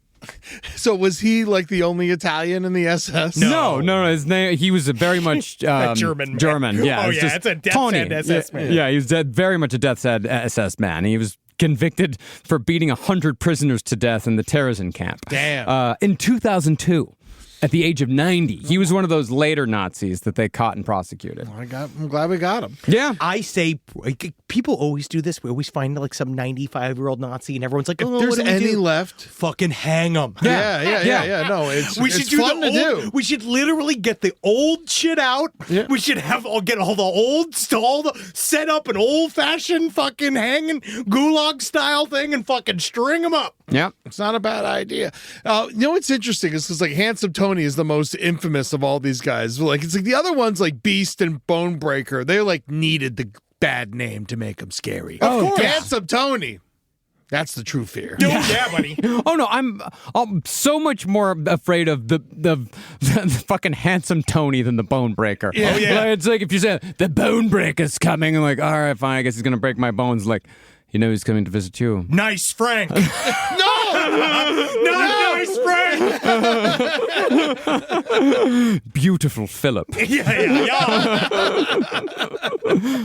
But the other problem with older Death's Head guards was that some could get a little tender-hearted with the prisoners Yeah, and would tell me even about it. begin to sympathize with them if given enough time. Oh, this is the Hogan's Heroes types of. Yeah. Well, they begin to, because it's almost like they forget that everybody's people or whatever, and that's fucking, whatever. It's Yeah. a waste of Nazi energy. Yeah. And also, I hate Jews are charming. yeah. Hey, you want to hear a joke? Yeah, it's going to be a lot of like, hey, you want to hear a song? You want to hear a joke? Why do you think it took so long to kick Woody Allen out of the business? Yeah, and not all communists are just like super annoying and bad at parties. No, Like, yeah, a lot of them are very fun, Some the of them can be very fun. Yeah, and with older guys, the older you are, the more experienced you are, the more you might be reminded of somebody that you knew. You also soften. Most people naturally soften as they get older. If you are a good person trying to change. Yeah, but with younger people, you could just tell them, hey, this is how it is. That person's evil, and they'll go, okay. Yeah. And then do whatever you want. Well, they just don't care. They like having the hat and the uniform and the gun. Like, really, when it comes down to it, you can impress a 20-year-old very easily by giving them a hat and a gun. Yeah. Well, the sympathy was especially true in Dachau, where Death's Head sentries were in far closer contact with prisoners than in the more expansive camps like Auschwitz and Buchenwald. But for the young bucks, the close proximity in Dachau, that just gave them more opportunities for cruelty. Being young, they were often bored and looking for status, and acts of violence could both alleviate the tedium and make them more popular amongst the other guards. As such, cruelty to prisoners was often seen by other Nazis as a boyish joke. Jocular humor. Yes. For example, a guard might yell at a prisoner to get him to jump. The prisoner gets frightened and he jumps, makes the other guards laugh. Young man sees this, yells again, gets the guy to jump again. But when that joke gets old, you got to keep upping the stakes. If you want to keep gaining that social currency, you got to keep making people laugh. And they're not going to laugh if you keep doing the same thing over and over again. It sets a vibe. It sets a tone. Yeah. It's that Dachau spirit. That it is. And now that I think about it, it has like this weird frat-like atmosphere. I mean, like prisoners, when they shaved off all their body hair, which seems like a prank. And in one case, a prisoner actually died after an SS officer inserted a hose into his rectum and opened up a high-pressure water tap. Didn't a frat boy die from that fairly recently? Well, that's why I think that there's an overt function and a subtle function of these young men all together, because they really are. That's what it is. What we talked about with QAnon specifically, or any conspiracy thing that radicalizes young men. One of the things it definitely does is tell young men, you're okay, you're correct, we're going to support you no matter what you do. This is unconditional love. This is your new version of unconditional love. We actually want you to be the worst version of yourself because we love you, because we want to support you. And it permeates this. It's a fake love that permeates it all the way through. It's like in frats, the fake love comes from buying your way in. Mm-hmm. Right? Like you buy in, you have to fit in whatever this area. And in here, are you nasty enough? Are you mean enough to be in the club? Yeah, it's a bunch of guys who can't make friends all become friends. Yes, and they could also maybe want to. This is also would be the same pool that would normally be in the German army, and so it's kind of then. At some point, you begin to, I bet, as a young person, you begin to almost even forget the veneer of the costume and what you're doing and all this kind of shit. And it does begin to feel like boys being boys, playing pranks on other men and boys and doing some weird, jocular, fucked up thing. Because again, also, we're on the other side. Mm-hmm. And also, at this point, like, if these kids, like, if they really do want to be a part of, like, feel like they're a part of that World War I spirit, you know, and to have a uniform, like, at this point, the German army is limited to 100,000 members because of the Treaty of Versailles. They legally can't have over 100,000 people. So if a young kid wants to join the army, he most likely can't. No. You know, so, but he can get a uniform if he joins the SS. Or the stormtroopers or one of those things. Yeah. But the SS, it seems to be really aimed towards the people. I honestly do think that that's what Himmler understood about the uniform. Kind of like what LRH understood about the uniform, which is that it gives an instant character. Yeah. All of a sudden when you are in head to toe, black SS with the skull's head and all the kind of shit, it changes a person from the outside in. Now, as far as the people who were sent to Dachau in the early days went, the best story involves a World War I veteran and dedicated communist named Hans Beimler. See, Beimler had participated in the Bavarian Socialist Revolution of 1919, but he had been falsely accused by the Nazis of participating in the execution of 10 people during the uprising, including a Bavarian countess. It did happen, but Beimler had nothing to do with it. This mass execution was used by the Nazis to demonstrate the communist threat over and over and over again. It was one of the few cases of real left-wing violence, so of course it was all they fucking talked about. And Beimler was used as a scapegoat for the event because he had become a prominent Reichstag politician in Weimar, Germany in the years afterward. Beimler was actually quite confrontational, and when the Nazis came to power in 1933, he was known to rally crowds with the phrase, "We'll meet again in Dachau, motherfuckers!" Okay, he didn't say motherfuckers, but you get it. That's how I felt when I said it. Yeah, no, it was very powerful. This, of course, made Beimler quite the prize prisoner. And when he was, in fact, sent to Dachau, he was forced to wear a welcome sign around his neck upon arrival. Welcome, please. You're right. Actually, it would have said Willkommen, yeah. Beimler was immediately singled out for torture, beaten thoroughly, and thrown into a cell with the corpse of a fellow communist. The SS then told Beimler that the communist had killed himself, and if Beimler didn't do the same, the SS would do it for him. But the SS was not the entirely loyal organization that Heinrich Himmler had envisioned. 2 rogue SS men saw the light and actually helped Beimler escape just hours before his scheduled execution. And Beimler spent months evading the SS in Munich. That's how charming he was. Yeah, he must have been hilarious. He had to have been. Yeah. Well, listen to this. He eventually escaped to Czechoslovakia, and from there, he mailed a postcard to Dachau telling the SS to kiss my fucking ass. Yeah, I made it. Dude. Beimler, however, would soon after die doing what he loved in 1936, fighting the fascists in Spain. But interestingly, Hans Beimler's grandson would go on to write an impressive number of Star Trek Next Generation and Deep Space Nine episodes, including, ironically, all the big Ferengi episodes. Wow. Like the Magnificent Ferengi, the one with Iggy Pop as the Vorta. No idea. He also wrote the much-maligned Prophet and Lace, considered by most to be the worst episode of Deep Space Nine. So is that good or bad? Well, he wrote some other, like he also wrote Impact Nora. That's a really good episode. He wrote, and he was a producer for, I think, most of Deep Space Nine. Wow. But yeah, it's weird because the Ferengi episodes are all about like capitalism because it's the Ferengi, the most capitalist species to ever exist. Yeah. When his grandfather was an inveterate communist, but I think it kind of makes those episodes making fun of itself. It makes the episodes make more sense because he thinks that it's really funny. Like Prophet and Lace is supposed to be funny, and it's not. Yeah, but you know what are you gonna do? He made it. Yeah, I don't think I've ever thought this before. But can we please get back to the Nazis? Exactly. So now that we painted a picture of the early days in Dachau, let's return to Germany at large. See, Weimar Germany had existed as 8 semi-independent states, but Hitler immediately moved to illegally unify all of them after he became chancellor. This was partly symbolic, a further step towards Hitler's dream of unifying Germany, Austria, and its bordering lands. but it was also a practical decision. If power was totally centralized under Hitler, then Himmler and Göring could establish a unified police state far more easily, and Himmler could force local governments to subsidize SS units and concentration camps. Resistance to unification was, of course, met with extortion, torture, and murder. And this is where our mini Himmler comes back into play. Oh, yeah! Reinhard Heydrich. Hello. Who was... That's the Stephen Miller. Yeah, no, well... Maybe. Yeah. Yeah, I'd say that way. He looks like it. He definitely looks. He looks just like Stephen Miller. Well, he looks like an Easter Island statue. Fuck the Proclaimer. Yeah, he does. He looked like if Spuds McKenzie became a person and then got AIDS. Yeah. Dolph Cumdren, yeah. He was ultimately such an awful person that he had more nicknames than Mengele. He was called the Hangman, the Blonde Beast, Old Schnitzel ears. Himmler's evil genius. They called me Scheissebutt. The Butcher of Prague, and most hyperbolically, the Young Evil God of Death. That's a long nickname. Yeah. He was fucked up. He was because he had the same ideals as Himmler, but he also was strong enough to actually follow through with it himself. He actually was a badass in a bad way. Yeah, no, he went and fought. He would go and participate in the raids and shit like that. Yeah, that's how he got the nickname of the Butcher of Prague. Yeah.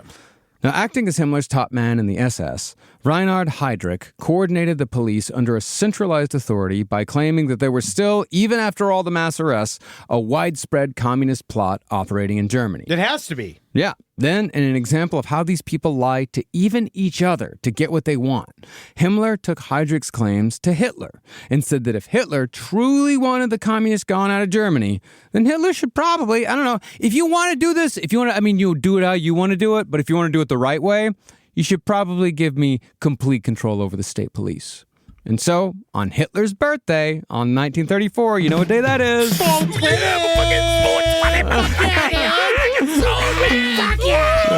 Now, on that 420, Himmler was given formal control over one of the most feared and terrifying secret police forces in history, the dreaded Gestapo. Bummer, man. Fucking freaking out, dude. Why are you doing this to me, man? Why are you talking about this right now, man? Dude? Bro, it's actually one of the darkest days in European history. What the fuck are we even doing this for? Cause stop talking about it. You guys man. want to watch the fucking Columbine footage? Actually, yeah, I do. All right. I fucking missed that day at school. Well, with the SS, the concentration camps, and the secret police under his control, Himmler was perfectly positioned to gather even more information on his and Hitler's enemies. With Reinhard Heydrich as his top deputy, Himmler established a meticulous system that gathered information on all opponents of the Nazi Party, dossiers that included business affairs, finances, lovers, family secrets, character flaws, daily habits, as well as more practical information like addresses and recent photos, but also the addresses of all of their relatives and their girlfriends and their phone numbers and their photos. And that's actually one of those things that the CIA would learn to do, too. Mm-hmm. That was one of those things that we probably learned from them. Yeah. Well, now we got Zuckerberg for it. Oh, yeah. Well, now we just give it up. Yes. Yeah.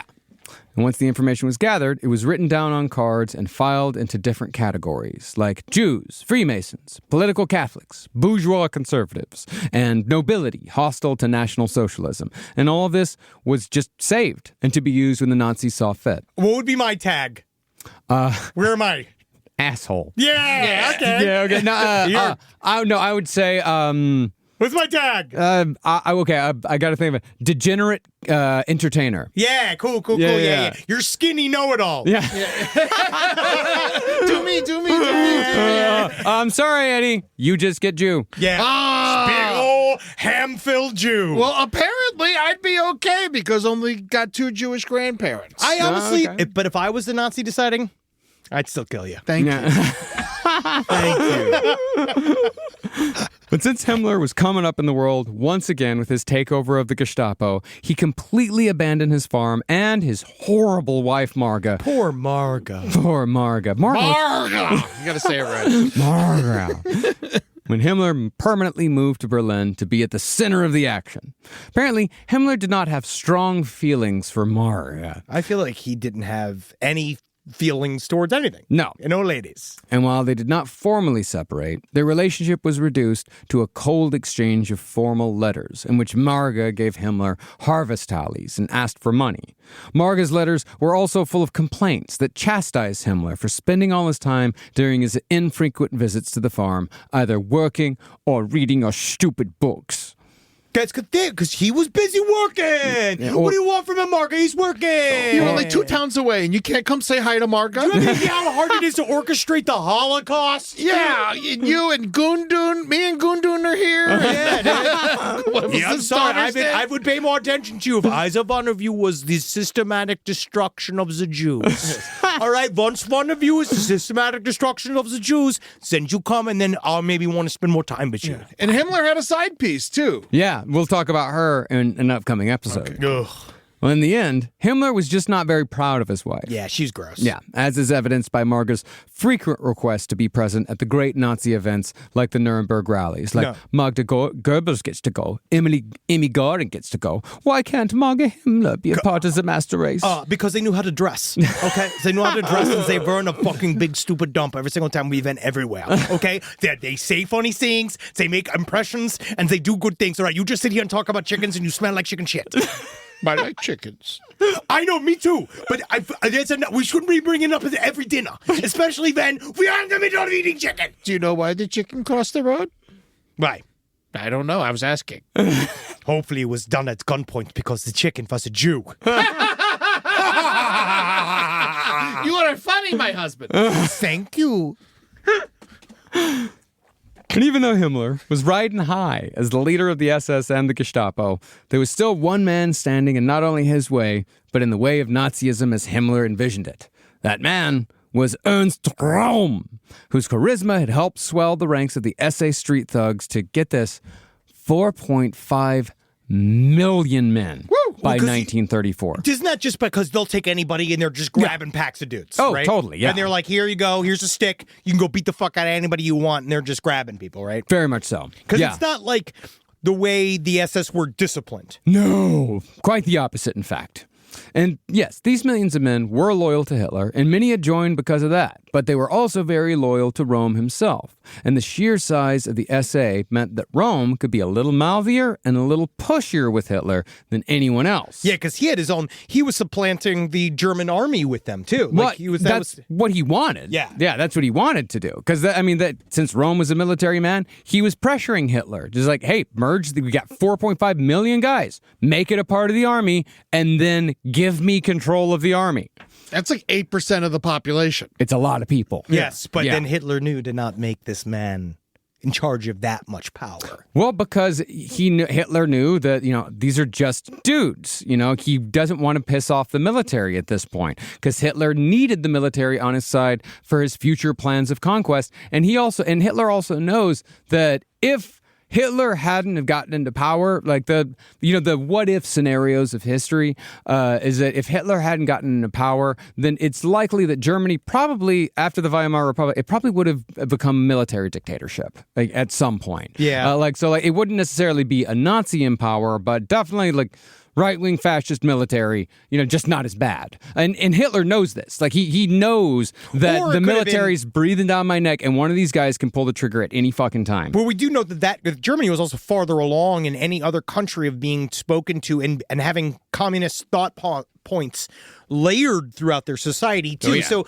that was what a lot of they're talking about is they kind of thought that Berlin would fall before Moscow, before the whole Russian Revolution. They were assumed that the communist revolution would all come out of Germany. Yep. So that was also right there waiting. Yeah, it was.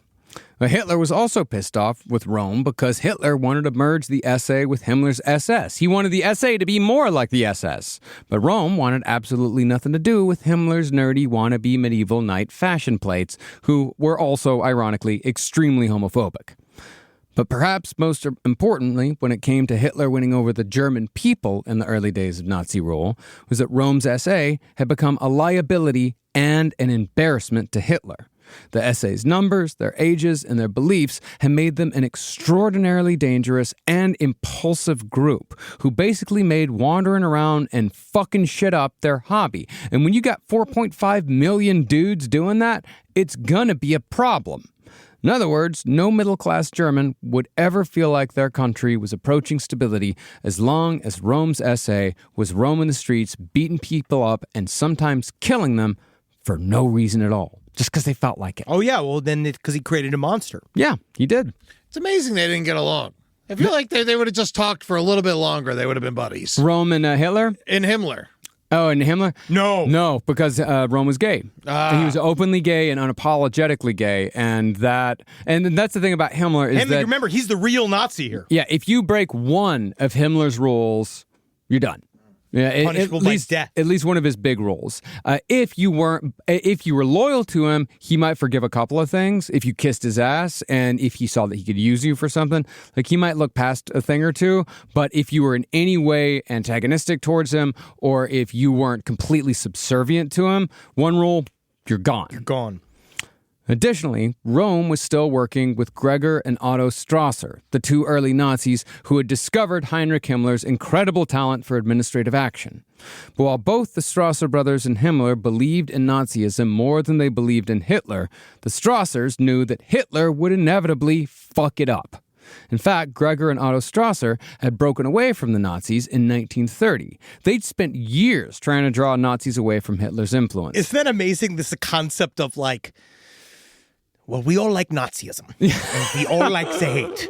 But this guy is just going to fuck it up, so we're not going to be able to hate as long and as powerful as we want to hate. Well, it wasn't about the hate for them. It was more about, like, the economics. Oh, taking control of the country, taking control of the army. Yeah. And they actually were those of the problem was that Hitler was like, it's too much hate. You know, it's like the focus, we need to refocus on the jobs and possibly these other things. The hate is like, it's getting out of hand. Yeah, but he's like, but the hate's the point. Yeah. Well, that was Himmler's point of view, because the Strasser brothers, they're calling for a second Nazi revolution without Hitler. But as opposed to the Strasser brothers, Heinrich Himmler believed that Adolf was the guy who could make his version of Nazism work.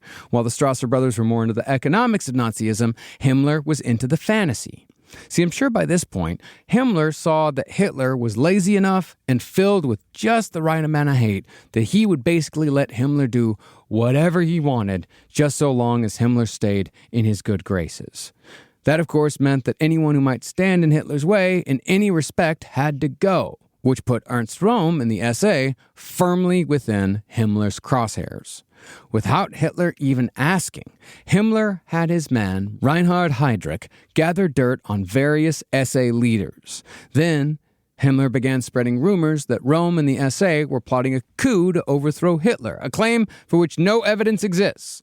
Himmler's actions ultimately culminated in an orgy of murder orchestrated by Himmler and Heydrich that came to be known to history as the Night of the Long Knives. Wow, we made it! Yay! I can't believe the war hasn't started yet. No, buddy. It's sorry to tell you this, bud, but we're 5 years from the war starting. Yeah, God we haven't damn. gotten there, buddy. That's all right. At least some Nazis are going to die anyway right now. At least that's the thing. In the Night of Long Knives, at least Nazis were also killed. Yeah. They just happened to be the reasonable Nazis. Which is bad.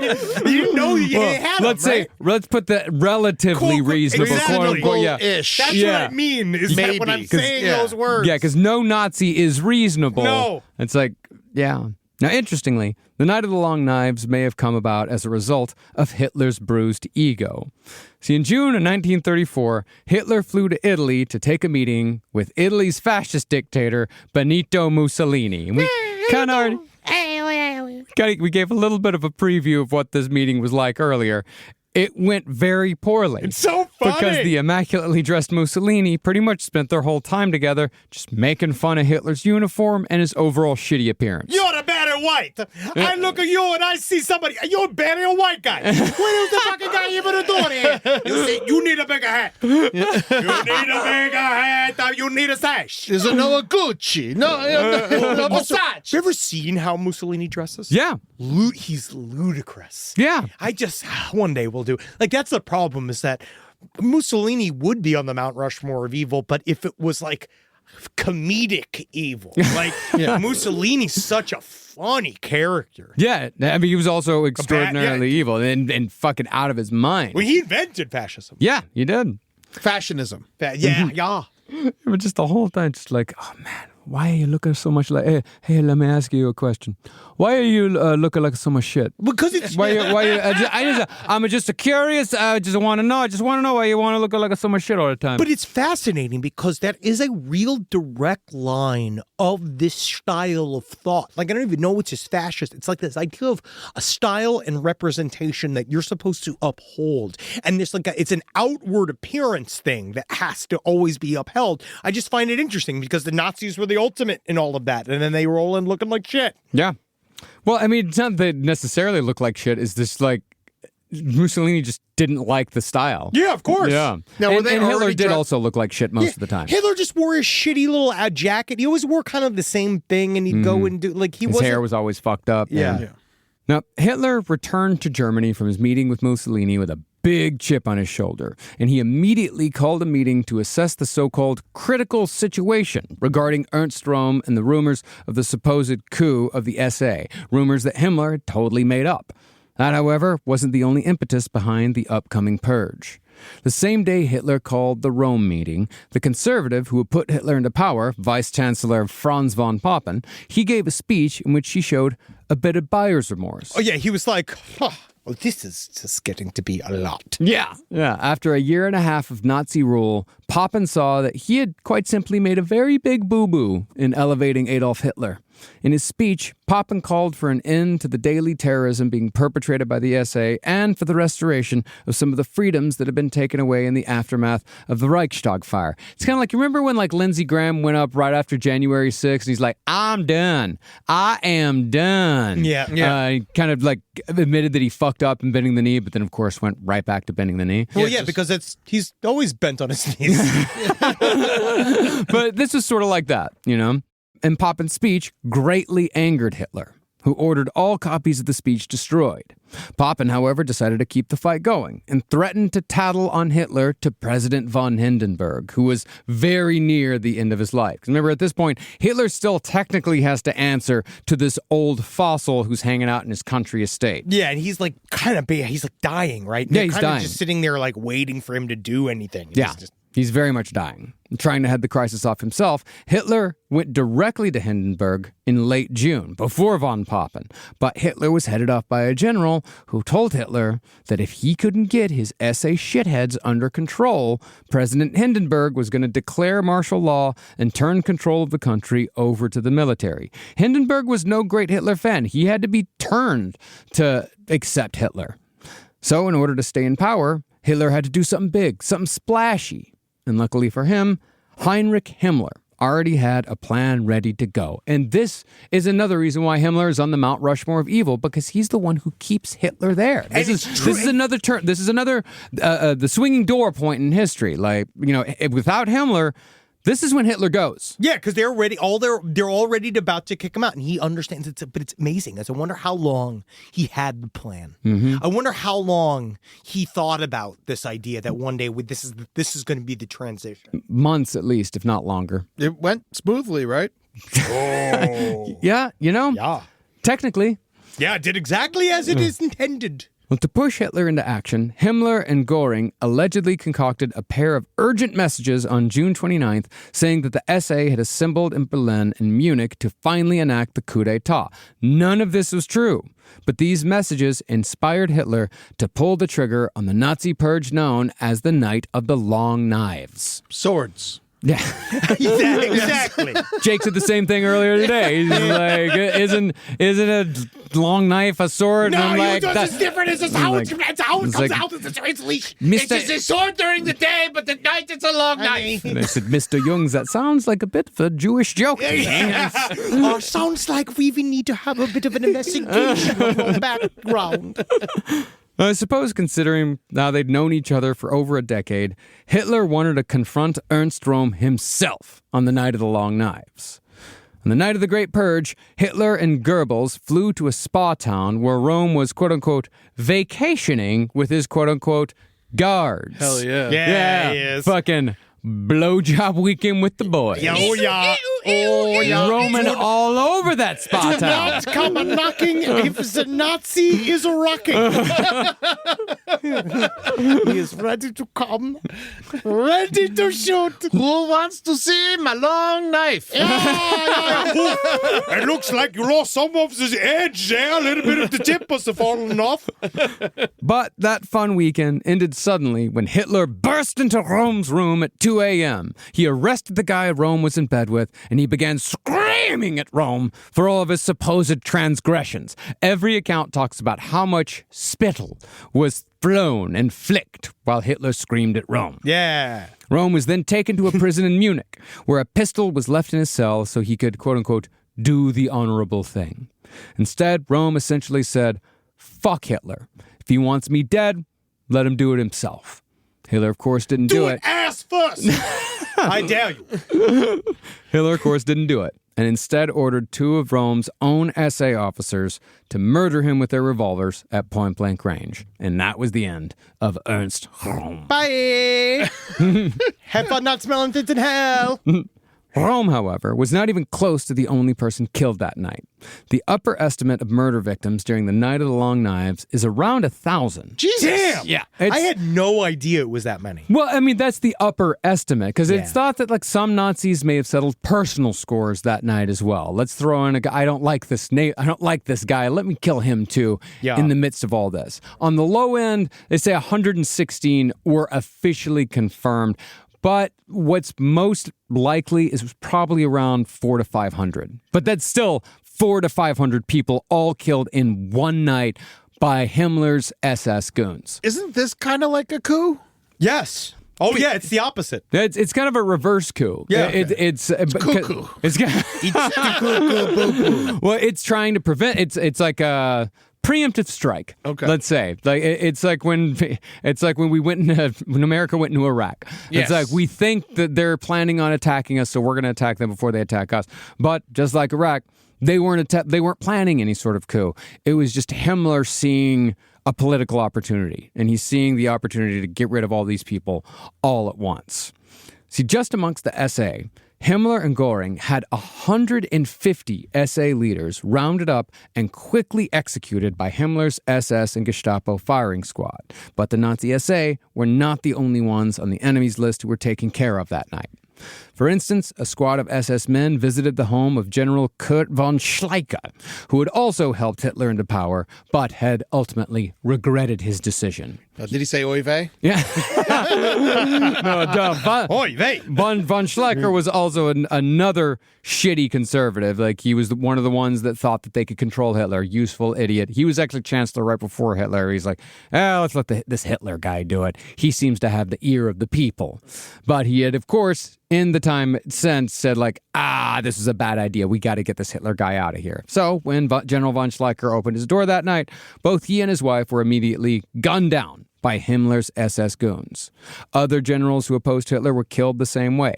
Gregor Strasser, one of the Strasser brothers, he was given a relatively dignified death, again, by firing squad. But they're taking care of fucking everybody.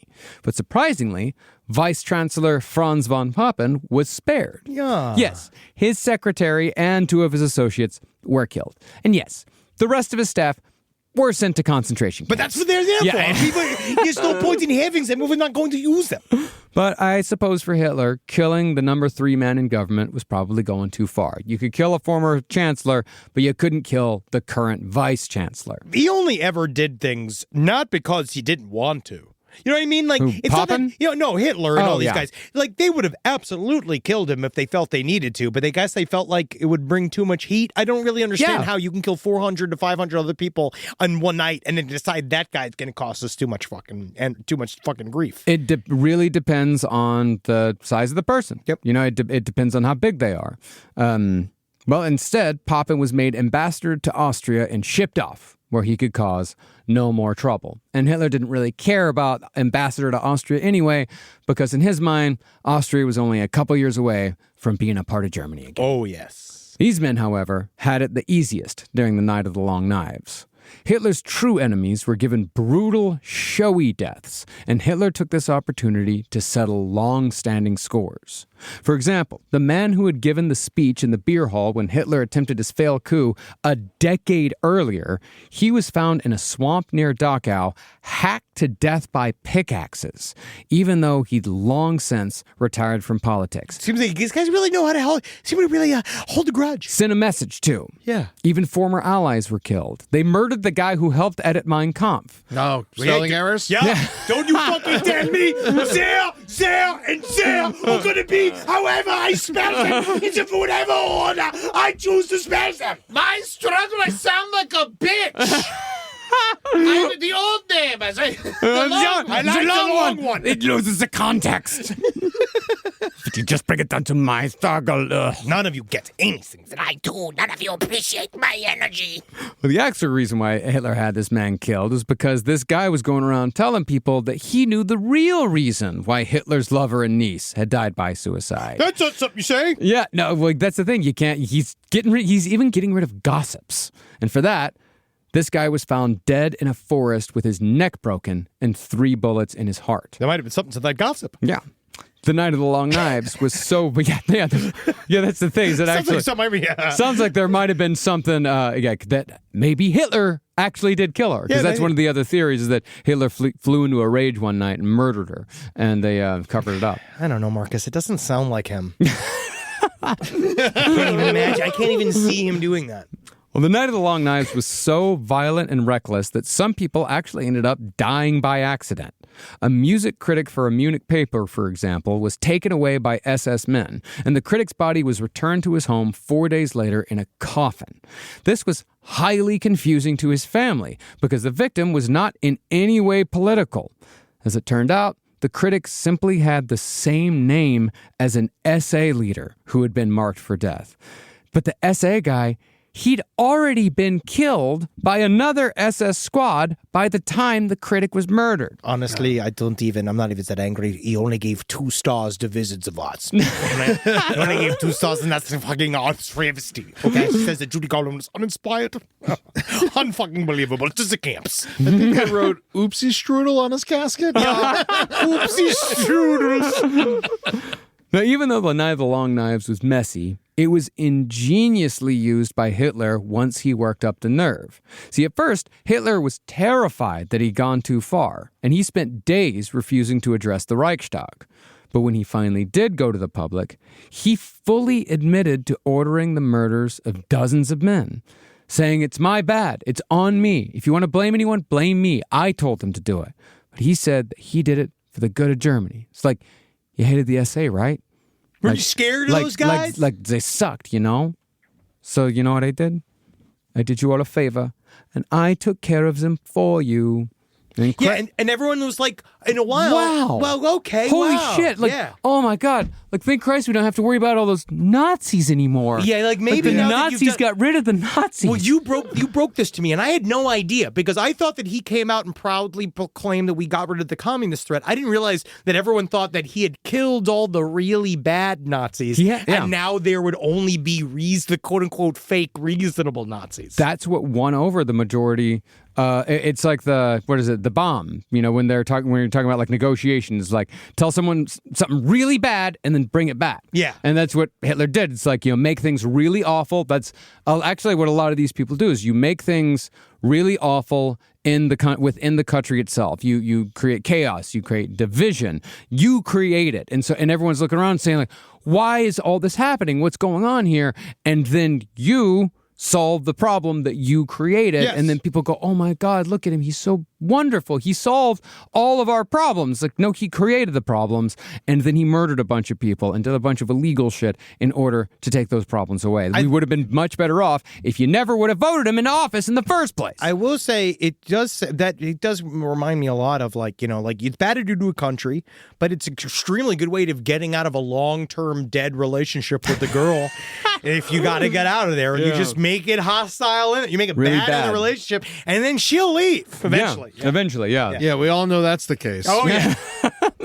Oh, yeah. People don't stay in marriages for decades upon decades until death. Yeah, just waiting. Honestly, this can be used in that fact as well. Like someone who beats somebody and then like beats him and beats him and beats him and then gives him an ice pack and said, "Oh, I helped you get better." Exactly. Mine was more of a like the idea of like not going and being fun, not being fun on vacation. Yeah. That's what I meant. Yeah. And incredibly, it worked. It worked fucking perfectly. The German people breathed a sigh of relief. We don't have to worry about the Nazis anymore. Thank Christ. And they were even more relieved when Hitler officially disbanded the SA. They're like, smooth sailing from here on out. We're going to finally get on track. Things are going to finally start happening around here. But little did the German people know that what Hitler was replacing the SA with was far worse. As a reward for a job well done with the Night of the Long Knives, Hitler made the SS completely independent, with Himmler and Reinhard Heydrich leading it. These two men were answerable to only Hitler himself. And since Hitler was very lazy and didn't like to, read briefings or go over shit, Heinrich Himmler pretty much had total freedom to carry out his most heinous policies. From that point forward, Dachau was used as the model concentration camp for mass expansion, and nearly 100 more would be established over the next 5 years. Before the war even started, there were 100 concentration camps in Germany. Himmler, meanwhile, was as proud and as happy as he could be. He had his 35th birthday party at Dachau. Yeah. God damn. Do you think that do you get like free pizza? Well, they did, actually. Gudrun was talking about the gifts that she got when she went there and stuff like that. Yeah, how much she loved Dachau. Again, you've seen Zone of Interest. They try to make it real comfortable. Yeah, those kids had a great time, until, of course, the jawbones start floating down the river when you're having a nice schwim. Mm-hmm. Himmler's ultimate vision, however, was not just about extermination. It was also about the creation of Germany's own myth, a Nazi religion. Yay! And it's with the links that Himmler went to in order to establish that religion that we'll return next week with all of the horrific things that happened as a result. That's where I get to talk a lot. Yeah. Excited to start talking about that. Wavelsburg. I got to visit. Yeah, you can. I want to go. It's open. Wavelsburg? Wavelsburg. It's right here. Oh, Wavelsburg. We'll get into Wavelsburg next week. The Annenurbe, the expeditions, all of Himmler's wonderful, wonderful ideas and how they shaped Germany over basically the next 5 years in the lead up to war. So I hope you guys enjoyed that Waffle Minute. Episode of the last podcast of the life. We're coming back next week with a little bit more Himmler.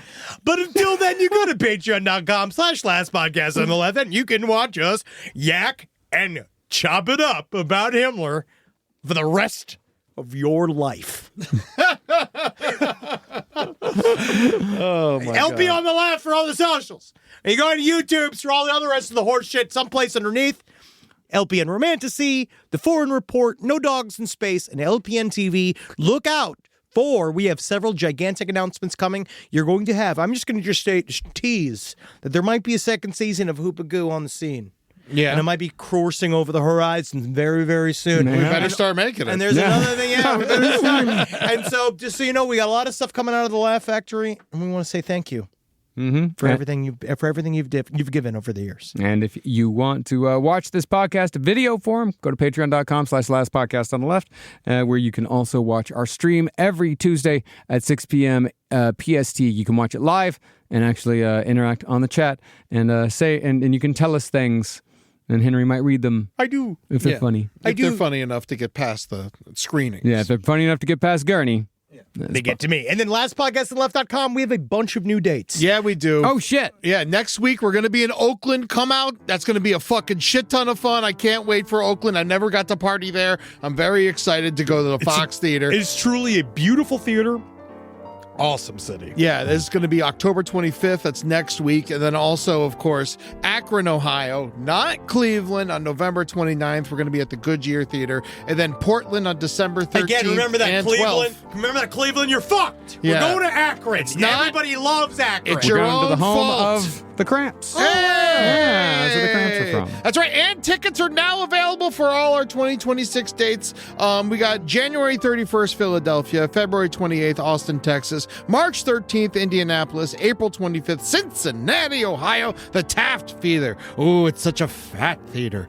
And then we got May 29th, Pittsburgh, Pennsylvania, June 27th, Grand Rapids, Michigan, July 17th, Tulsa, Oklahoma, and July 18th, Oklahoma City. And you know where that is? Oklahoma. Yep, and I can't wait to be there because we're going to go down to those honky tonks just like we did the last time, Marcus, and we're going to start a fight with a couple of cowboys. I think I'm just going to hang out. I think I'm going to hang out with my buddy Tommy this time. Nah, dude, we went out. We almost got into a bit of a dust up. Oh, well, I'm going to go and I'm going to kiss them all. Yeah, dude. I'm going to roam them. Yeah. I'm going to roam all over these Oklahomers. We're going to suck you cowboys till you're fun. Oklahoma, you know what I'm saying? I just want to hang out with Tommy. Yeah, we're going to suck them. We're going to fuck our way through OKC. So see you there. And we're starting with Tommy. Hail Satan, everyone. Okay. Hail Joseph Hardinger. Also know that Heinrich Himmler's birthday was October 7th. If Yeah, that it makes you was. feel like anything. Yeah. Huh. That's nice. It's interesting. So happy birthday. It's not his birthday. He's dead. When did he die? That's the day I want to celebrate. Not soon enough. The afternoon light is becoming as golden as aspen leaves. The air is growing more crisp, and the silence just seems to say more. Absorb it, and let the rest go, like that first misty breath on a cool morning. Autumn is arriving. The days are growing shorter. Make the most of them. Park City, Utah, for the mountain kind. Plan your trip at visitparkcity.com. Courage. I learned it from my adoptive mom. Hold my hand. You hold my hand. Learn about adopting a teen from foster care at adoptuskids.org. You can't imagine the reward. Brought to you by Adopt US Kids, the U.S. Department of Health and Human Services, and the Ad Council.